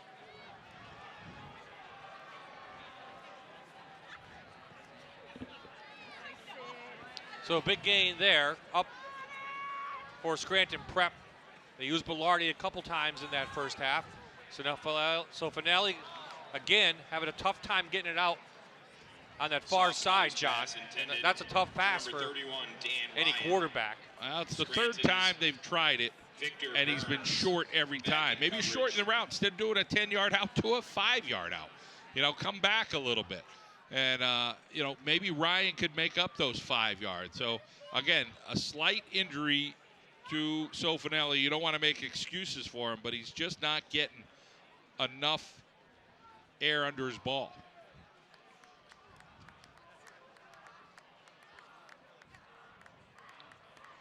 There's Nick Donato with that worried look on his face. Second down. Here comes the rush for Scranton. They get to him, but he completes it and finds his tight end again. Bellardi Another big gain inside the 35 to the Scranton 33.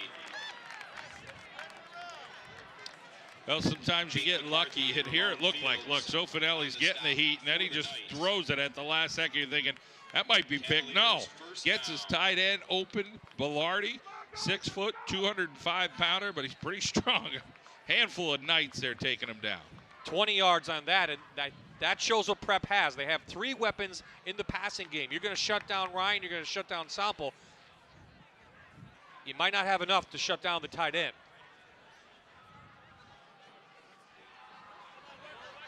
Weckel with some room. Oh, almost lost the ball, but gets inside the 30 up to the 27. I think back to the beginning of the game. 3 whiff hits there by Scranton, and Gorton was one of them, so he laid the lumber on Weckel. Weckel lost the ball, bounced back into his hands. So sometimes the ball bounces your way, and they get that as they bring in the big back now, Stefersky, 6'2", 225 pounds. He is a junior.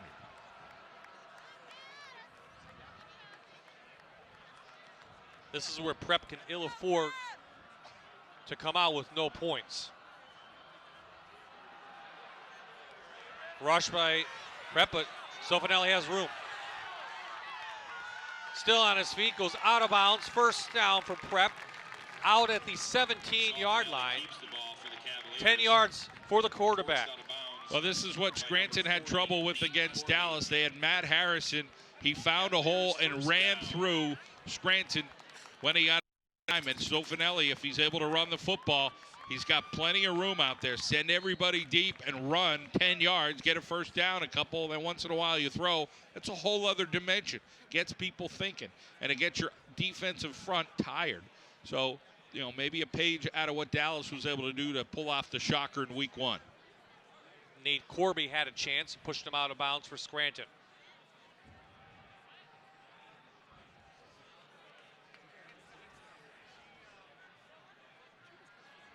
Little swing to Sample. Couple blocks.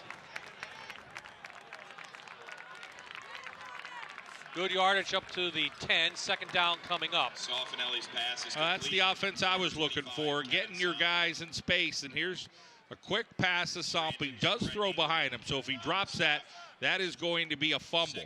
And then great hustle over there on the defensive front from Scranton. Brett Engelman at 6'1", 235, races down the quick Sample. So whatever Nick Donato said to his team at the half seems to be working here. First possession of the second half, excuse me, for the Cavaliers. Nothing going. Good tackle on the inside from Stephen Ruddy. Mike Terreri on the carry for the Cavaliers. Ruddy at 5'11", 189 pounds, a senior. Great job from him penetrating. Trying to figure out what they're going to do here. Had Ryan in a crossing route earlier on one of the drives that they had. He got open, got a first down, and they still could get one inside the 10-yard line. 25-second clocks not working at the stadium, so it's being kept on the field. Kept taking a long time to get this one off. Hard count Zofanelli. Let's see who they're going to call it on. Flags all over the place. So Marty Boyer and his staff with the call. Boy, I like that quick look, though, for Scranton Prep. They had 2 receivers to the right. Good Here's Marty. ball. Encroachment on the defense, 5 yards, that's a first down. One way you could get a quick 5, but McCarthy didn't really respect that a whole lot. He came over, but they still had enough if Prep wanted to come back to that with those 2 receivers of 1 defender where they can get a quick hit or have the other guy block and take it to the house. First and goal from the 8-yard line. First and goal, Scranton Prep trying to cut into the Knights' lead. Well, what are they going to run when Semple and Ryan come out, Bob? Is it going to be a running play? Well, that's what it looks like. We have a power eye now. Terreri dotting that. Couple yards, that's about it. Up near the 6. Stopped by Nate Corby for Scranton. Mike Terreri on the carry. Nate Corby on the stop for the Knights. The only touchdown Prep had, they had to run a reverse to get it. Cavaliers. Well, those two guys are still out. So the two big playmakers for Scranton Prep are on the sideline. They're going to look otherwise in this backfield or see if they can slip it over to Bilardi, the tight end, maybe a little play action.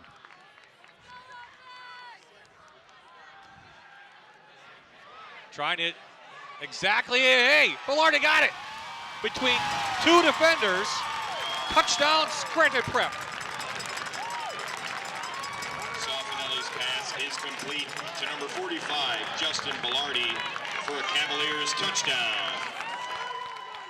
He threw to an open space, and Bilardi ran to it because there was a lot of traffic back there. Little play action. Bilardi goes to the corner of the end zone.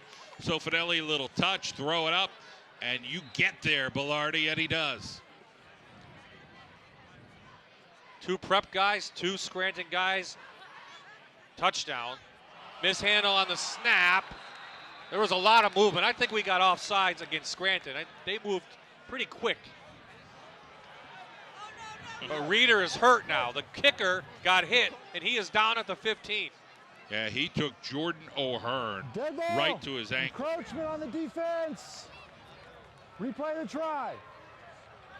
Okay, they go half the distance. Your kicker's hurt. Go for 2. You talk to him, see how banged up he is. I mean, he's a little gingerly, walking on a little gingerly there. But that's exactly what his coaching staff is telling Nick Donato. Scranton is called for an offsides penalty.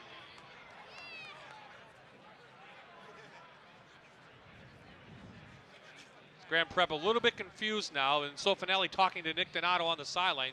Team's going to come over as they mark the ball inside the 2 at the half the distance. And they'll bring the offense back on for Scranton Prep.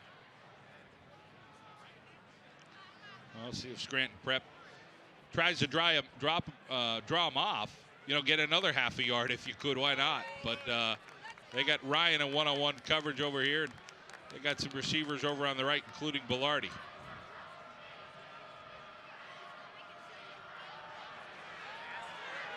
So Finelli almost caught by Stefersky on the rebound. Fields on the coverage. The 2-point conversion goes incomplete, but Scranton Prep cuts into the Scranton lead. They now trail the Knights by 8. And we'll head to break.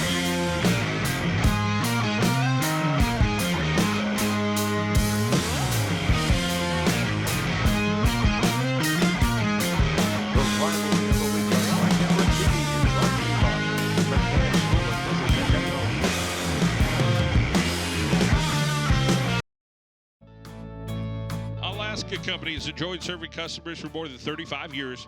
We're expanding our business to give the people in Northeast and Central PA a greater selection of products. From fireplaces and stoves to fire pits and tables, gas logs, electric fireplaces, and outdoor furniture.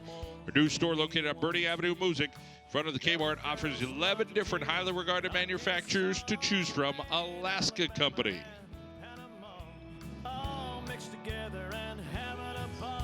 So as my partner pointed out, it's a 9-point lead for Scranton Prep. To kick off for the Someone Cavaliers. knows some math. So a 9-point lead, but Prep, more importantly, 8 plays, 81 yards, 4-14, and they're back in this game. Reeder looks all right. He's going to do the kickoff, and now it's up to the Prep defense, and here are the special teams to stop Scranton. They'll kick it away from McCarthy. It's still a live ball.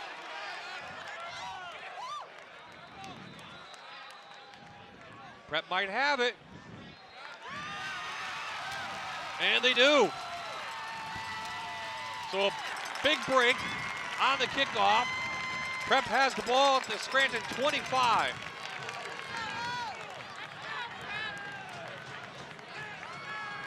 Kickoff is recovered by the Cavaliers.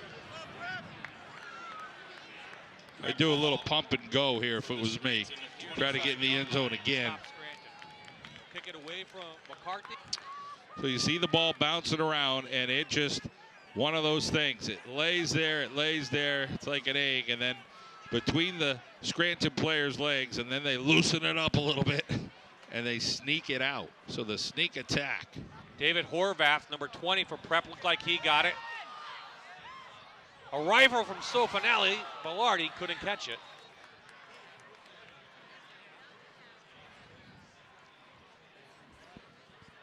I would almost try to deliberately see if you could get Sofinelli to run the football. So throw some guys deep. Everybody does a go route. See if you can get 10 yards with Sofinelli knifing through a little bit. Try to tighten up that secondary and get a little bit of space. Sofinelli, 2 interceptions already, but does have a touchdown now on the last possession. So Scranton's offense unable to touch the ball here yet in the third quarter.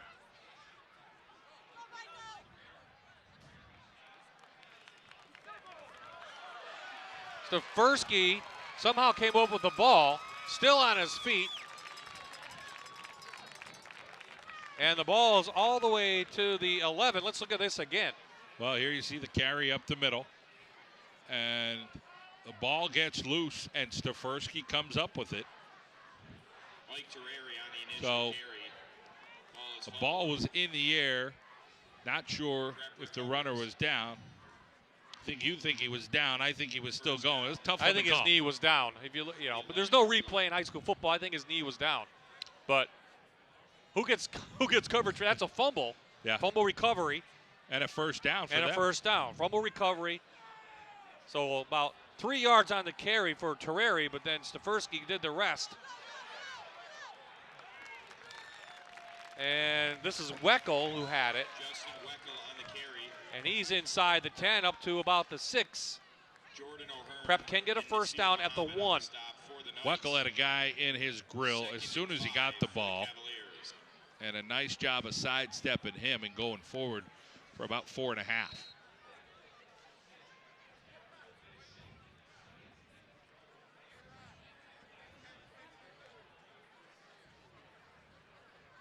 They may call timeout here. I mean, they're taking a little bit of time to get this play in.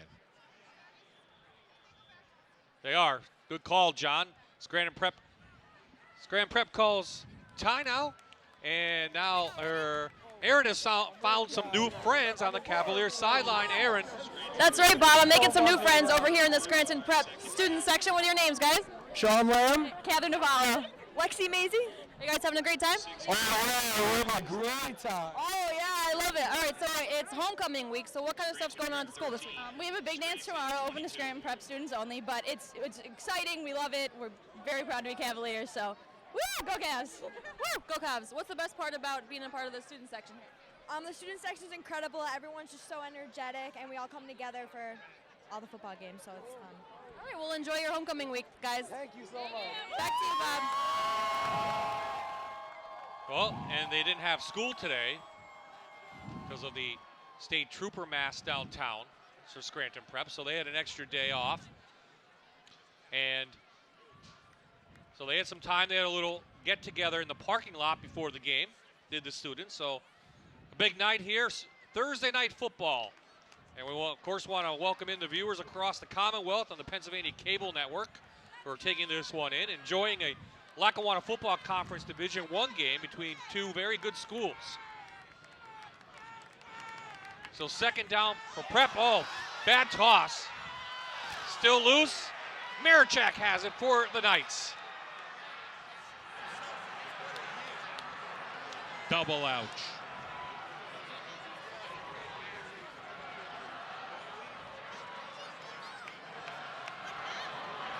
Let's see, later on that might come back to haunt Scranton Prep, John, because that's a huge play. You get a big turnover on the kick and you can't convert again. It's been haunting them all night. They've been down here in the red zone and they just cannot convert. Just like the football fellas aren't with them. Paps with the leveler over there, and then John Marichak with the little scooper-rooper. So a break for Scranton after they couldn't get the kickoff. Now they'll have the ball at the 19. This is Tucson, the quarterback, Anthony Tucson. He's a senior, 5'10". Ran the ball well. Did have a fumble in the first half. Tucson on the carry. 3-yard gain. So we've had all kind of turnovers tonight, John. Interceptions, and fumbles, and one on special teams, which was a live ball on the kickoff.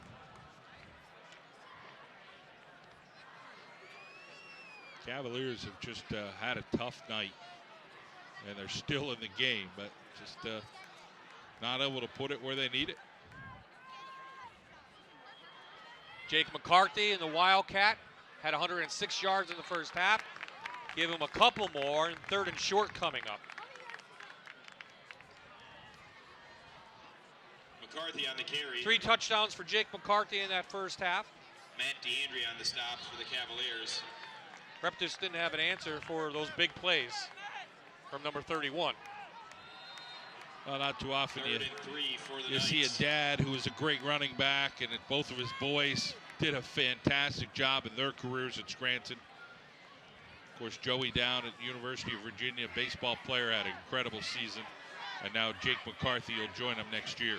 Everyone up for Scranton Prep, nobody back. They're expecting the run, and we have a timeout called. So, with 4:43 remaining in this 3rd quarter, Scranton's still up here. Scranton calls timeout, and we'll be right back. The rivalry of the week on My Network TV is brought to you by McCann School of Business and Technology.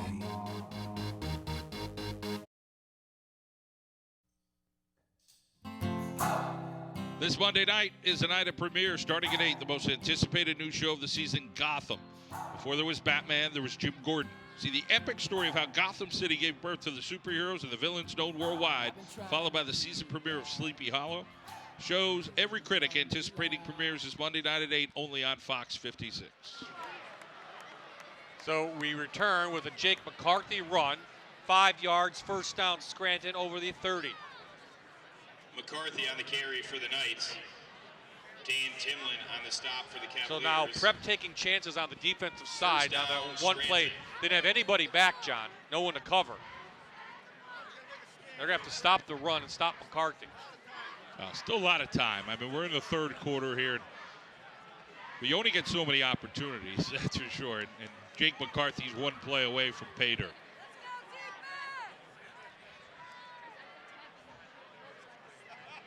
Good defense there for Prep as they give it to Paps for his first carry of the night. They try to trick him with a fullback. On the carry. Mike Terreri and Matt DeAndrea on the stop for the Cavaliers. A couple of cramps going on for Prep. I noticed about 2 players. Velarde is one of them, who's been a little stiff out there, is trying to stretch it out.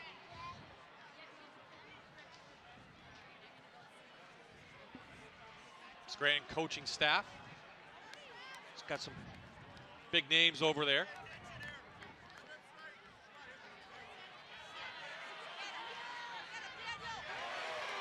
Big hit on McCarthy, about 4-yard gain, but took a shot to get out of bounds. McCarthy on the carry, gains 4. Kevin Sample and Dan Remember, Timlin Prep on had the a good stop for the week Cavaliers. year last Brings year up against 3rd them. and 6 Just 132 yards on for the ground. Knights. Last year's game for McCarthy.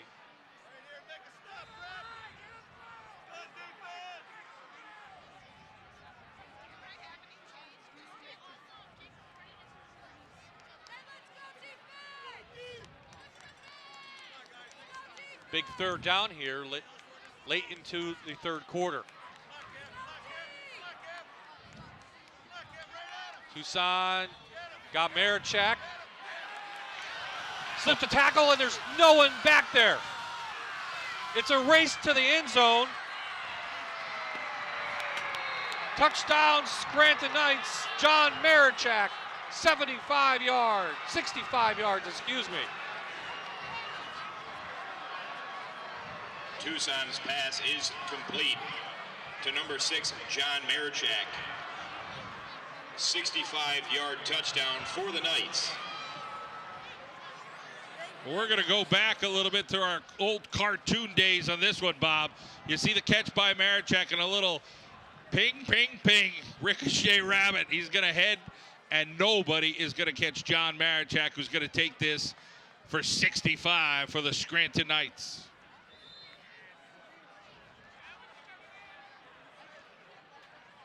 Extra point. Fernandez, good. And the Knights convert. Flag comes in, but they extend their lead now. 29-13 over Scranton Prep. I think this is going to be a post-possession flag. It will count, and it may be assessed on the kickoff. But how about Prep? They open up. Personal foul on Blue. It'll be assessed on the kickoff. 25. Prep fumbles. They had a chance to possibly get closer in the game. But Scranton converts, this time in the air, John. You got to give the Knights a lot of credit playing good football tonight. Will be assessed on the kickoff. Beating up Marichak a little bit over there in a good way. Nephew of Coach Mike Marichak. Well, your Saturday night is booked. College football, Fox 56 action begins at 6:30. Unbeaten Oklahoma takes on the West Virginia Mountaineers, 4th-ranked Sooners. Try to overcome the loss of running back Keith Ford at West Virginia. See the action unfold Saturday, beginning at 6:30 on Fox 56. And how about Mark Lewinsky, a young man at West Virginia, starting on the line, getting some big-time looks. Probably be an NFL guy next year. The local kid doing well at the top level of Division I college football. Nice crowd on hand. Thursday night football across the state, John.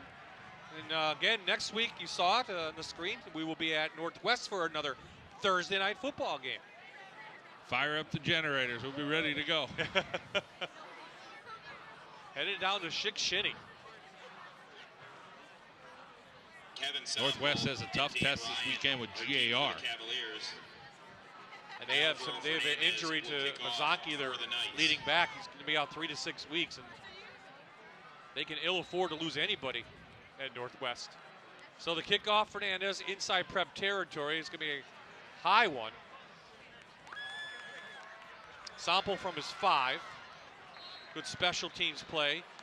And now Prep has to come out. So that's a play, John, that could be a 14-point swing. By number 40, Nate Corby. 2 plays that really have cost Prep there in the third quarter. Yeah, and we've seen that point swing tonight when Scranton Prep has knocked on the door all night long in that red zone. Keeping that scoreboard lit up with our own generators here. 29-13 Scranton. Again, 2 touchdowns and 2 two-point conversions would tie it up. But the way this offense is capable of doing it, they can do it in just a few flashes. Well, they try to run the ball, sneak something in, can't get through. Brett Engelman, a senior defensive tackle on the Mike play. Terreri on the carry for the Cavaliers. Tackle made by number 53, Stephen Ruddy. No gain on the play. So Scranton. Ruddy and Engelman on the tackle. Scranton interior line, they've done a pretty good job of getting in there.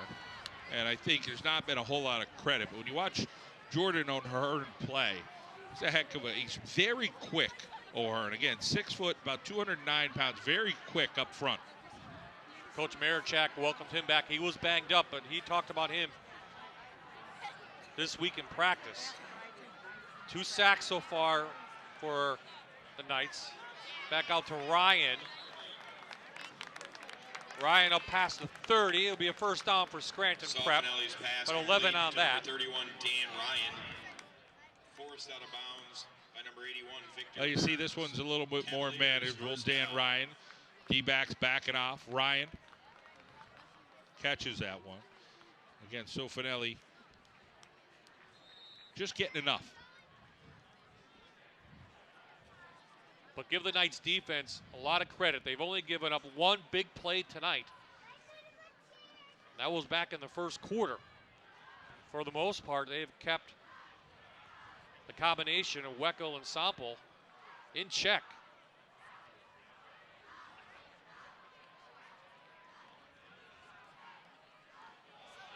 He's going to try for Ryan. It's caught. Kept a foot in all the way to the 32-yard line. Well, we've been waiting for that all night. Dan Ryan on the little fly. Pass complete. And gonna have to slip it in because you know Jake McCarthy's coming over to help. So he just throws this thing up. Beating Victor Burns over there, and watch this play. It's got to go into a little bit of a shoebox. And it does. The foot slides in, and Dan Ryan shows his wheels. 37 yards on that. And Prep can get back in this one quickly. And we're only in the third quarter.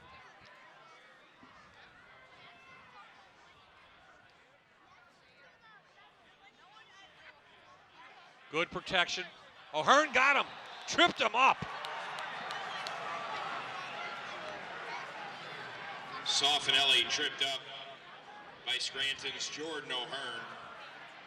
O'Hearn's one of those guys that if he decides he wants to play ball at the next level, he's got wheels. He's undersized at 6 foot, 206 pounds, but he's got a great motor to him.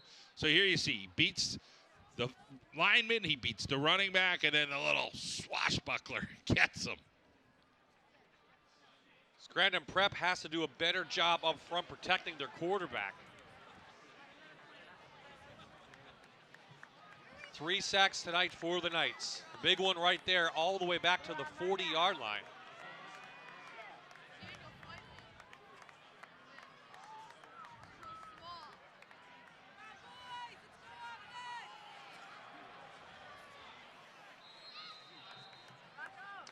They got it out in the flat, got it out quickly. That was over to Adam Sunday, getting some playing time, the senior, number 29, and got some of it back. To Adam Sunday. So third down coming up. Well, you talk about throwing that thing a long way. They get a little bit. You rifle that 30 yards across the field to get 2 yards. So on that, we will end the third quarter. Prep had their chances to get back in this one. Give the Knights credit, though. They had a touchdown, and they've extended their lead over Scranton Prep. Yeah, I'm out at Brooklyn. Now I'm down in Tribeca. The rivalry of the week on My Network TV is brought to you by McCann School of Business and Technology. Yeah, they love me every. NFL action continues on Fox this Sunday. Kirk Cousins leads the Redskins against the unbeaten Philadelphia Eagles. Well, Coach Chip Kelly has fought back to win 2 games in the second half. See how the NFC East matchup plays out on the field. Coverage begins at noon, and you can see it on Fox 56. Welcome back for the fourth quarter at the Toby Hanna Federal Credit Union Field at Scranton's Veterans Memorial Stadium. We welcome in the Commonwealth viewers on the Pennsylvania Cable Network. Prep had a 3rd and long. Scranton Soffinelli hits Sample, and he's placing the ball down, and it's going to be close to a first down. That's good stuff by Sample here. Soffinelli, you see the little fireball, not a great spiral, but McCarthy comes in to knock him down. Good enough for a Prep first down. It's up at the 19-yard line, so Prep started this drive at their own 19 in the third quarter. Haven't seen much running out of Prep now late as they trail by 16.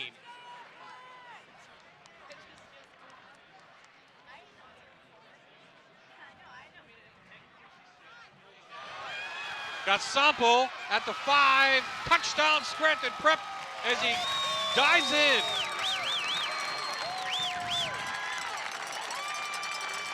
Soffinelli's pass. Complete to It's one of those patterns where you're either going to get beat or you can pick it off. with a go route and an underneath. And Prep gets the job done as they're going to go for 2. I have 7 plays,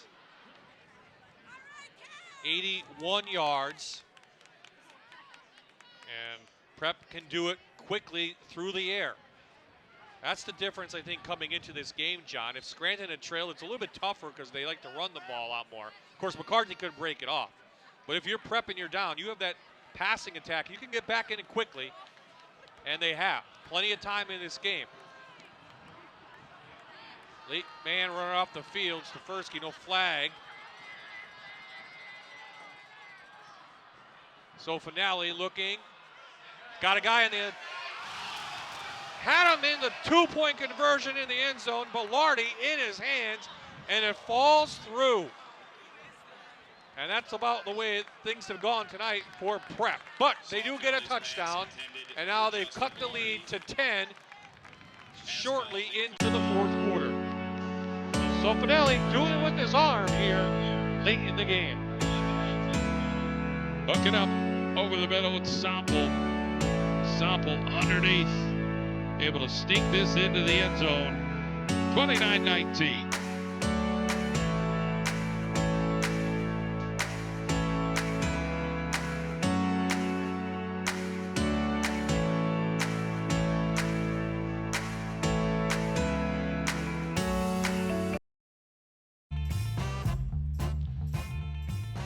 There you see the score, quarter by quarter, as it says.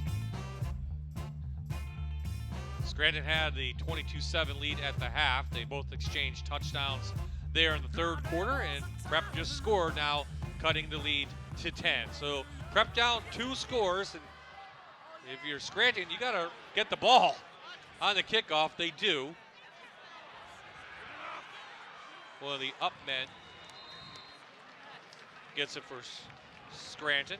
Josh D'Annunzio, a senior, and Scranton offense comes back on the field. Reader's kick is fielded by number 44, Josh D'Annunzio. So Prep on the last drive, John, had only had one run in that, and that was the first play, and they went to the air the rest of the way. Well, one way to keep Jake McCarthy in check is keeping it off the field. Yeah, if you can. You know, are they going to load up like they have? Scranton Prep defense done a pretty good job this season. Kind of know what's coming. Scranton going to try to spread them out a little bit here.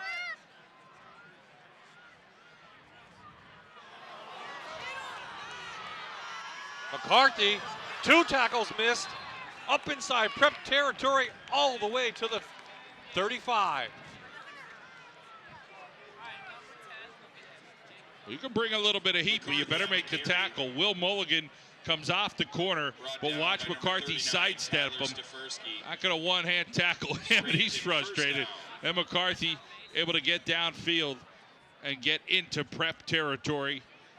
And once you think you got him, Jake McCarthy does something, and you say, oh, we're so close.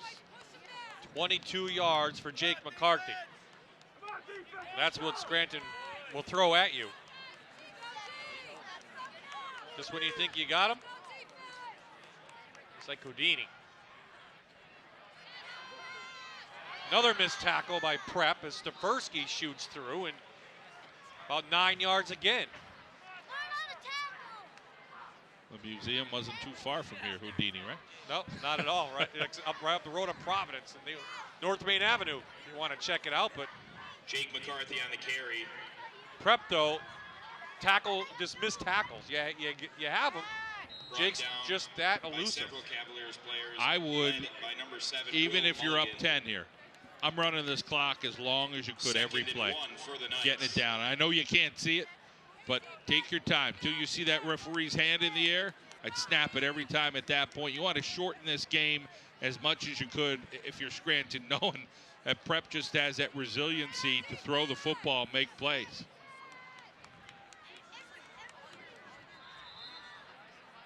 Quarterback sneaked through, and a first down for the Knights. And they're taking more time off the clock now. Tucson keeps it up for to the Knights. 23. Tackled by Kyle Karekis. Ball's finally going to get set here. Now the clock will start.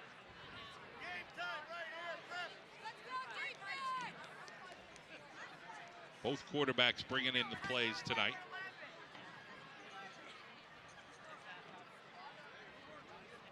Scranton Prep undefeated. Scranton 2-1. Lost an opening game to it has turned out to be a very good Dallas team. And this is the opener for Division I for Prep. Scranton, of course, beat Wallenpaupack last week. McCarthy stepping on Prep players up to the 16. 1 yard short. Let's go down to Aaron to see if we have a special winner. Aaron. That's right, we do have a winner from our Fox 56 Interactive Tent Throwback Thursday, and that is Olivia DeAndrea. Thank you so much. She said Scranton Prep was going to win, so we'll have to see. But Olivia, you win tons of good Throwback Thursday goodies, like a Cosby Show t-shirt. You can't beat that. There's mugs, there's a Scrubs hat. So I hope you enjoy, and thank you so much for tweeting me at AaronFox56 with the hashtag NEPA rivalry. And I don't know if I might not want to give up this Cosby t-shirt. I don't know, Bob, what do you think? The Cosby Show, it's a good one. Ugly sweaters and everything.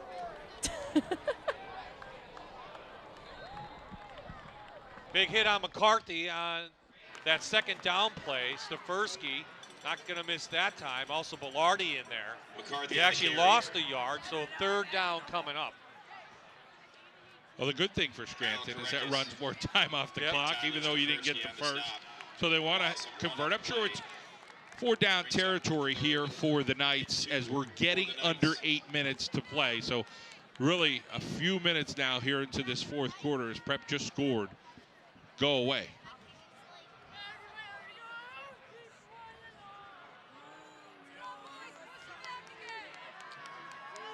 Power eye now. They break into that, and I think we're going to have a timeout. Yep, Scranton in the wrong formation. They call a timeout, and we'll take a timeout ourselves. So we come back. Scranton still has the ball, and they're still up by 10 over Scranton Prep.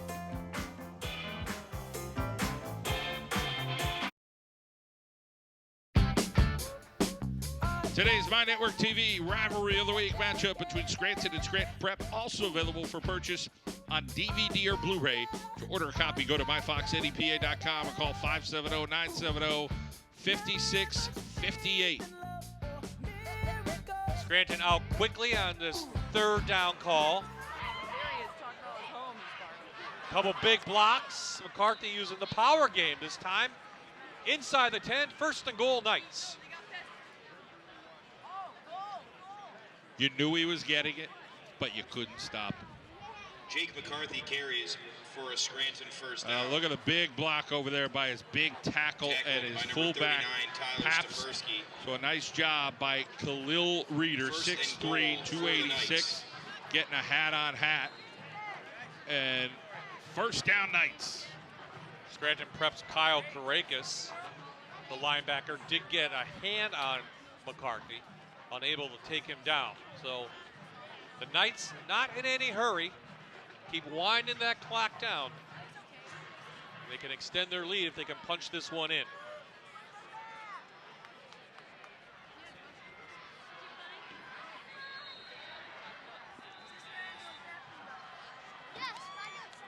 Referees call stoppage, and our first delay of game. This will back up Scranton 5 yards.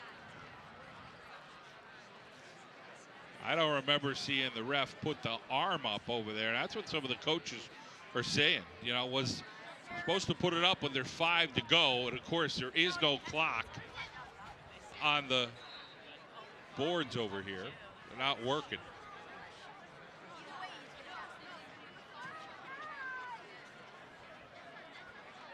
So it backs them first and goal from the 14. Big blocks, McCarthy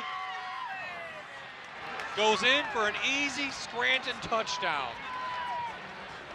Back him up, it doesn't matter. It goes from the 15, untouched. Jake McCarthy, his 4th touchdown on the evening. 15 yards for a Knights touchdown. Well, will be one of those things for Jake McCarthy when he's got kids, maybe grandkids. Yeah, ran for a few touchdowns that night. Couple. Never going to play football after this season. Going to be a baseball player. But, boy, he's a heck of a high school football player. Hernandez, another extra point. And that will extend the lead. Fernandez, extra Preps point put is good. Scranton's put 35 on the board, and Jake McCarthy has 4 of them. Roll it on in for another score for Jake. 7 plays, 57 yards for the Knights. And you mentioned Jake McCarthy. There you see him. Of course, his brother Joe plays at the University of Virginia. And, boy, he is the hit man. Not only on the field, John, but also on the baseball turf. Well, he's going to go. He might be over 6,000 before it's all said and done. I mean, the average, you see, here he is, his junior season on the diamond. 349 he batted, 8 doubles, sophomore 383. Plays all over the place, and, verbal commit to Virginia. He'll be there next year with his brother. Great things happening, of course, for the Cavaliers baseball program. Of course, he did play in the area code games out in San Diego with the Yankees team. Said he learned a lot out there. You know, it's tough when you have to play some national teams. See where you stand as a player. Little squib kick from Scranton, and Prep picks it up. But there were some rumors floating around that maybe some big-time college football teams are trying to get him to play football. But he's remained committed to going to Virginia and playing down there. Hey, why not? Virginia was in the College World Series. Very close to winning a World Series in the college ranks with his brother Joe, and that would be very special.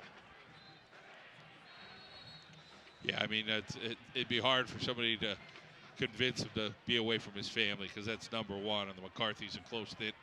Nice family here in Scranton.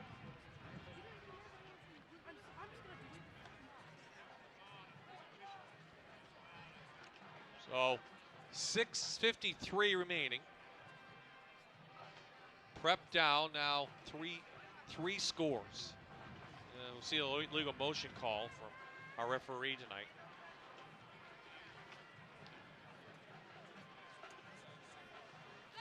Prep's gonna, if they lose this one, John will look at it and say, we had our opportunities. No doubt.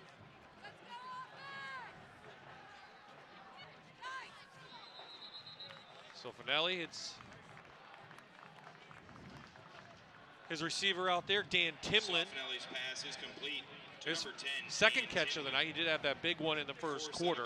By Ramon Fields. Stops the clock. 5-yard gain on the play.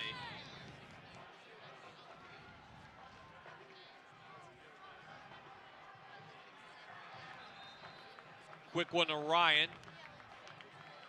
First down, stops the clock when they move the chain. So Prep in the hurry-up mode. Yep.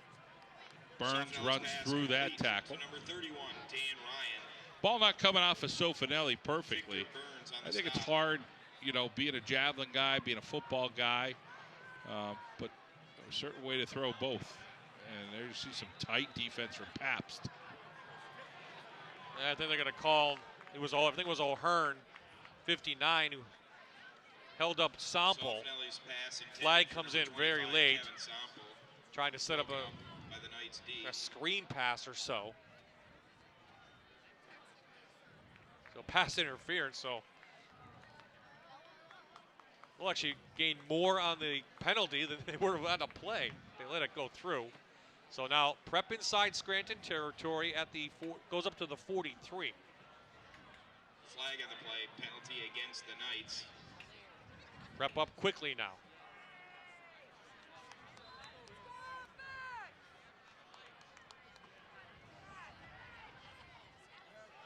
Got Sample over the middle. Cuts inside, 11 yards for Sample. Pass complete to Kevin Sample. 32-yard line. There you see Sofinelli getting it into Sample one more time. Able to elude the defenders. A little blitz from the Knights. Here comes Pabst. Sample wants a interference call against Matabel. And no flag is down. Oh, yeah, there is. Yep, I take that back. Couldn't see it from up here, but our referee's making the call again. Yeah, that flag fell right on the line, so it was hard to tell. But yeah, a little too quick there for the defender. So Prep gets 30 yards on 2 penalties. Should say 20 yards, excuse me.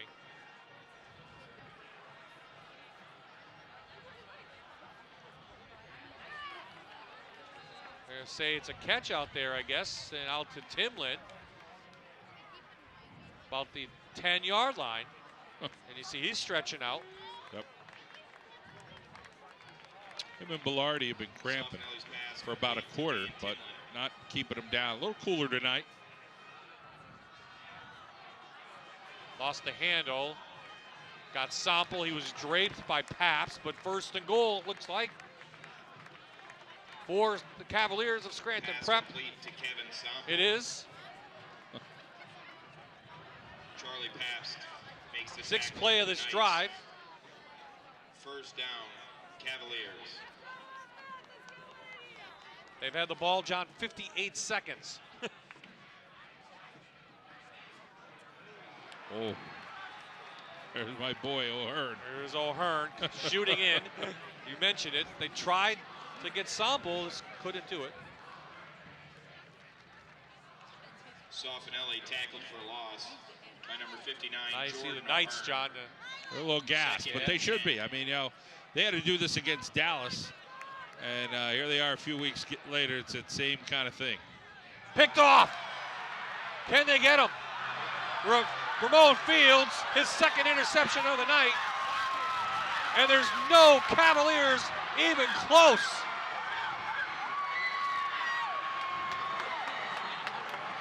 See ya. That will do it. Ramon 95 Fields yards. jumps Interception. pass. Intercepted and returned for a 100-yard touchdown for Ramon Fields and the Knights. I'd like to see it again. Maybe it's closer to the end zone than I thought. But again, what a play. Yeah, here's Fields. Right around the goal line. Could be 99 officially for Ramon Fields. Beats Balavich, and then he's got an escort over there. Come on, man. Take it in. And Ramon Fields. See you later.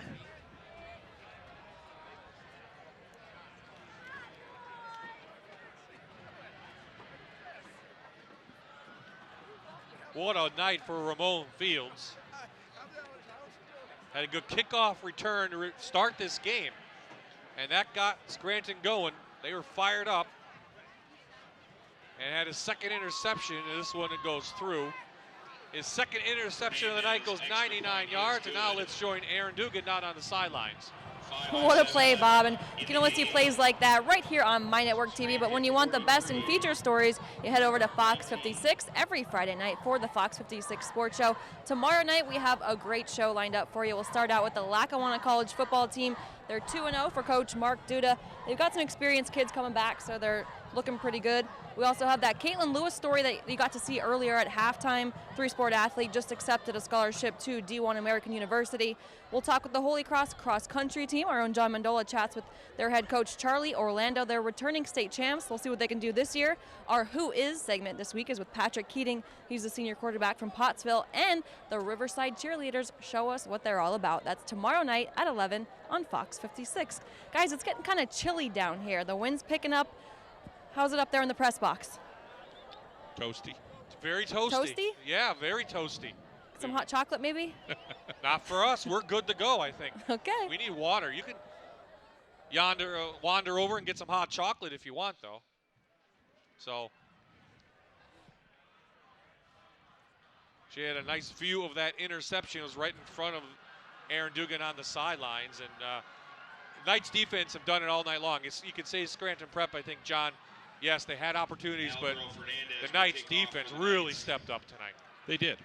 And Scranton Prep, you know, they're going to be a team that will be reckoned with in the weeks to come. Every week, I think they have a chance on their schedule, the type of abilities they have to throw the football.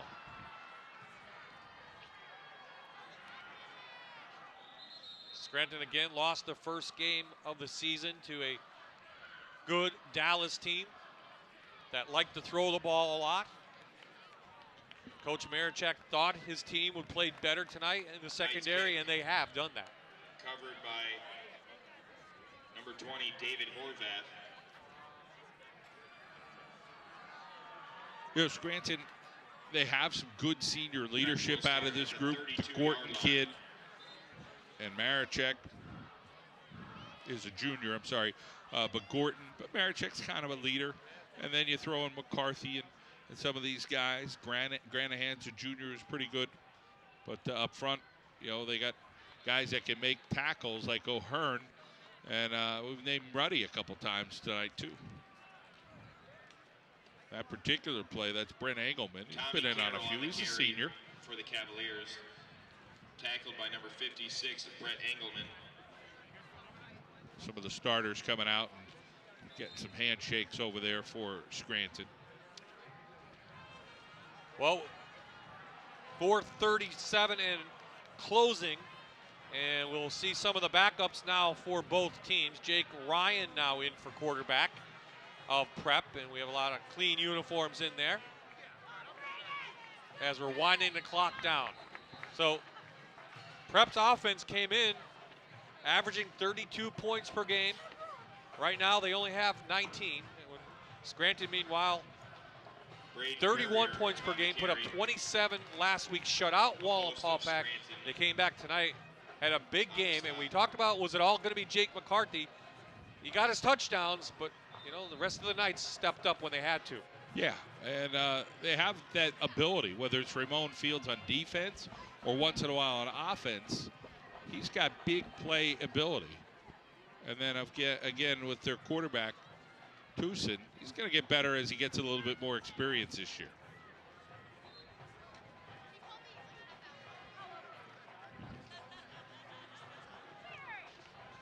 Tommy Carroll carries the ball for the Cavaliers. Tommy Carroll with the carry there.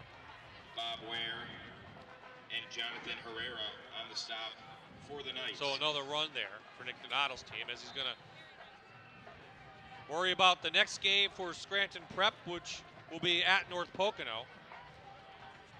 So on homecoming here, it's Scranton Veterans Memorial Stadium. Scranton Prep will lose to the Knights. Score yet to be determined, but that will probably do it for the Knights. So the schedule for us, we have a week and another Thursday night football game, John, Wyoming Valley Conference. Then take a couple weeks off. We'll come back with, hey, a great one in the Anthracite as Mount Carmel will take on North Schuylkill.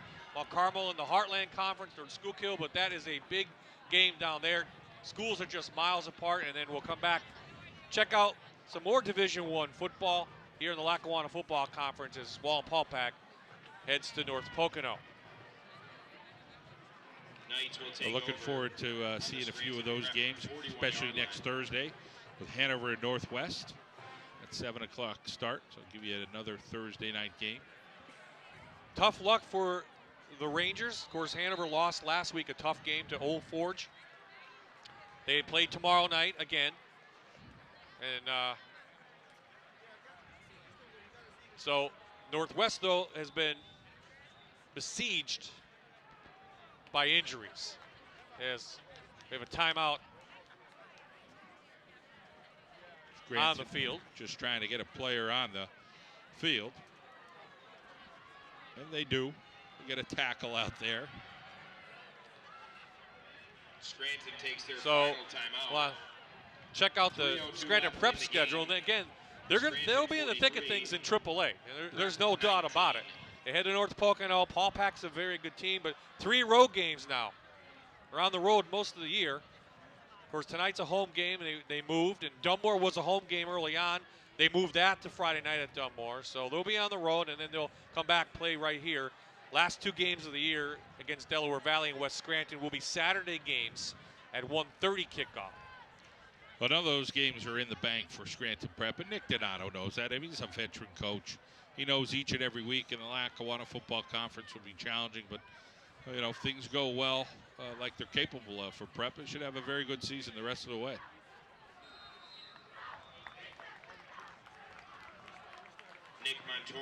Nick Montoro, the sophomore quarterback, hands it off to number 23, Jake Watts. To Jake Watts, a sophomore. So we're getting to see some of the JV players. They'll probably meet next week sometime in a JV game here. Gain of 2 on the we're under 2:30 to play now here in the 4th quarter. I want to thank the Pennsylvania Cable Network for joining us here for tonight, and they wanted to see a good game. They did. And we wanted to see Jake McCarthy, and you've done that. 4 touchdowns for the senior running back. And also then Ramon Fields adds on a 99-yard interception, John. On the carry for the so Knights. a very exciting game on Thursday night. And here's a carry to Watts up the middle. You can see he's a good-sized young man. A couple tackles on those kickoff coverages. And be a force, I'm sure, in the years to come. Well, as we wind down the clock, I'd like to wish a happy birthday to my son, who joined us up in the booth for the first half anyway. He has school tomorrow. Nicholas Ide, happy birthday. Hope you're in bed. Back in school tomorrow, but he turns 8 today, so I thought they might let him direct in the truck. He was showing him what to do, how to play some cameras, so you know, maybe he'll go into the business. We'll see. But right now, he's going to enjoy some baseball of his own and stuff like that. Well, happy birthday to Nicholas. Of course, Bob, it's been a trying week here in northeastern Pennsylvania with all the developments that have gone on in the Pocono area with the state trooper losing his life and so forth. So our thoughts and prayers are with him, the family of the victim. Well, this day in Scranton started with the funeral. Corporal Dixon. And ends with a high school football game. A little diversion here in northeastern Pennsylvania. And that will do it. They take a knee. Should be able to see if they wind this one down. So Scranton moves to 3-1. Prep loses their first game of the year. They drop to 3-1. No game. And we'll head into the Division I schedule of the Lackawanna Football Conference. Things will definitely heat up now as we head towards the end of September and into October. Final play of the game. The Knights, give them credit, came out on fire, started hot. They wanted the ball. They got the ball to begin the game. First play of the game, McCarthy goes in, and from there, it was all Scranton Knights as they'll beat the Scranton Prep Cavaliers. The final score, 43 Montoro takes a knee as to 19. Final score, Scranton When we Prep come back, 19, we'll have our players of the Scranton game, 43. and we'll talk to the winning coach.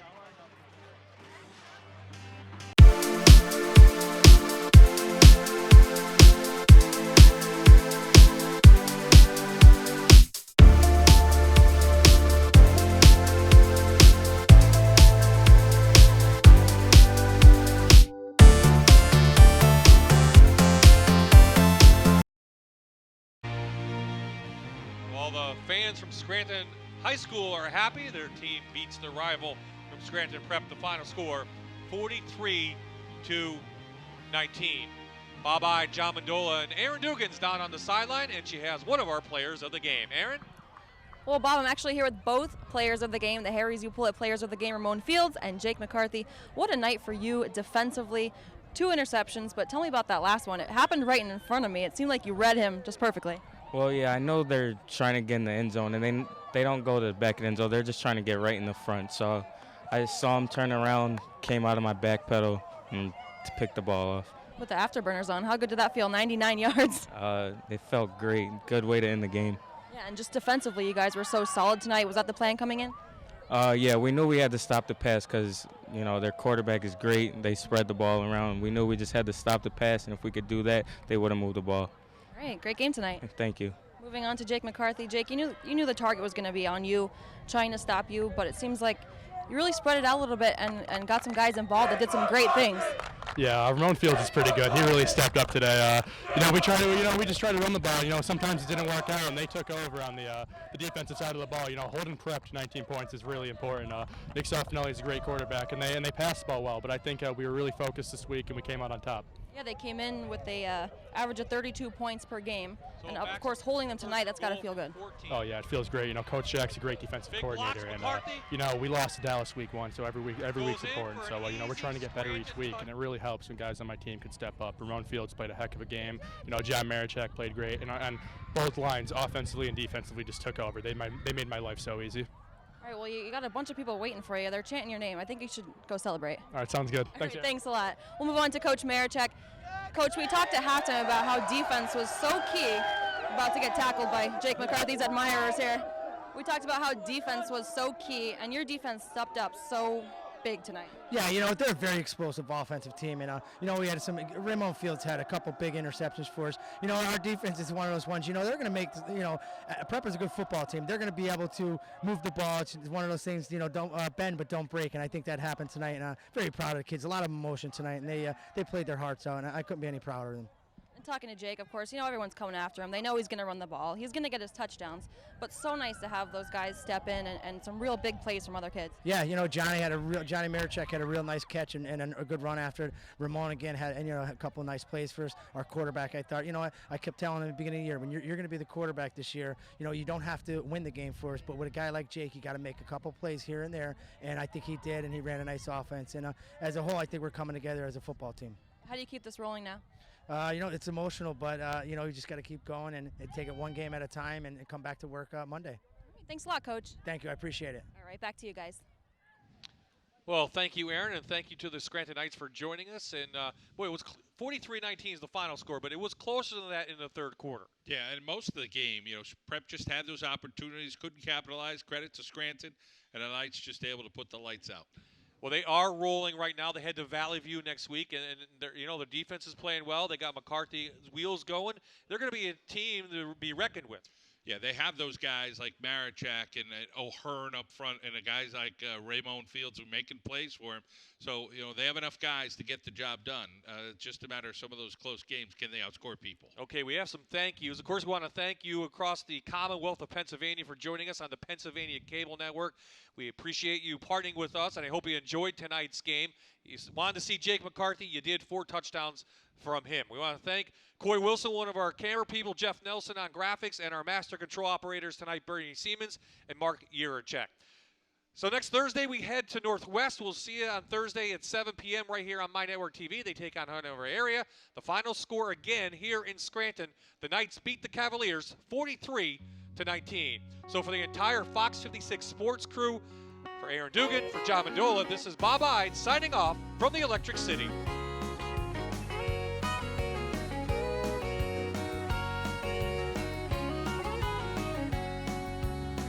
I play the road, and the highway is our song. And every city is like the same 3 chords, been helping us along when the story is told. And the crowd is come and gone, shaking off the miles and trying to make it home. Every exit is a season, every signal is a beacon, and the wind it carries me and it eases up my load.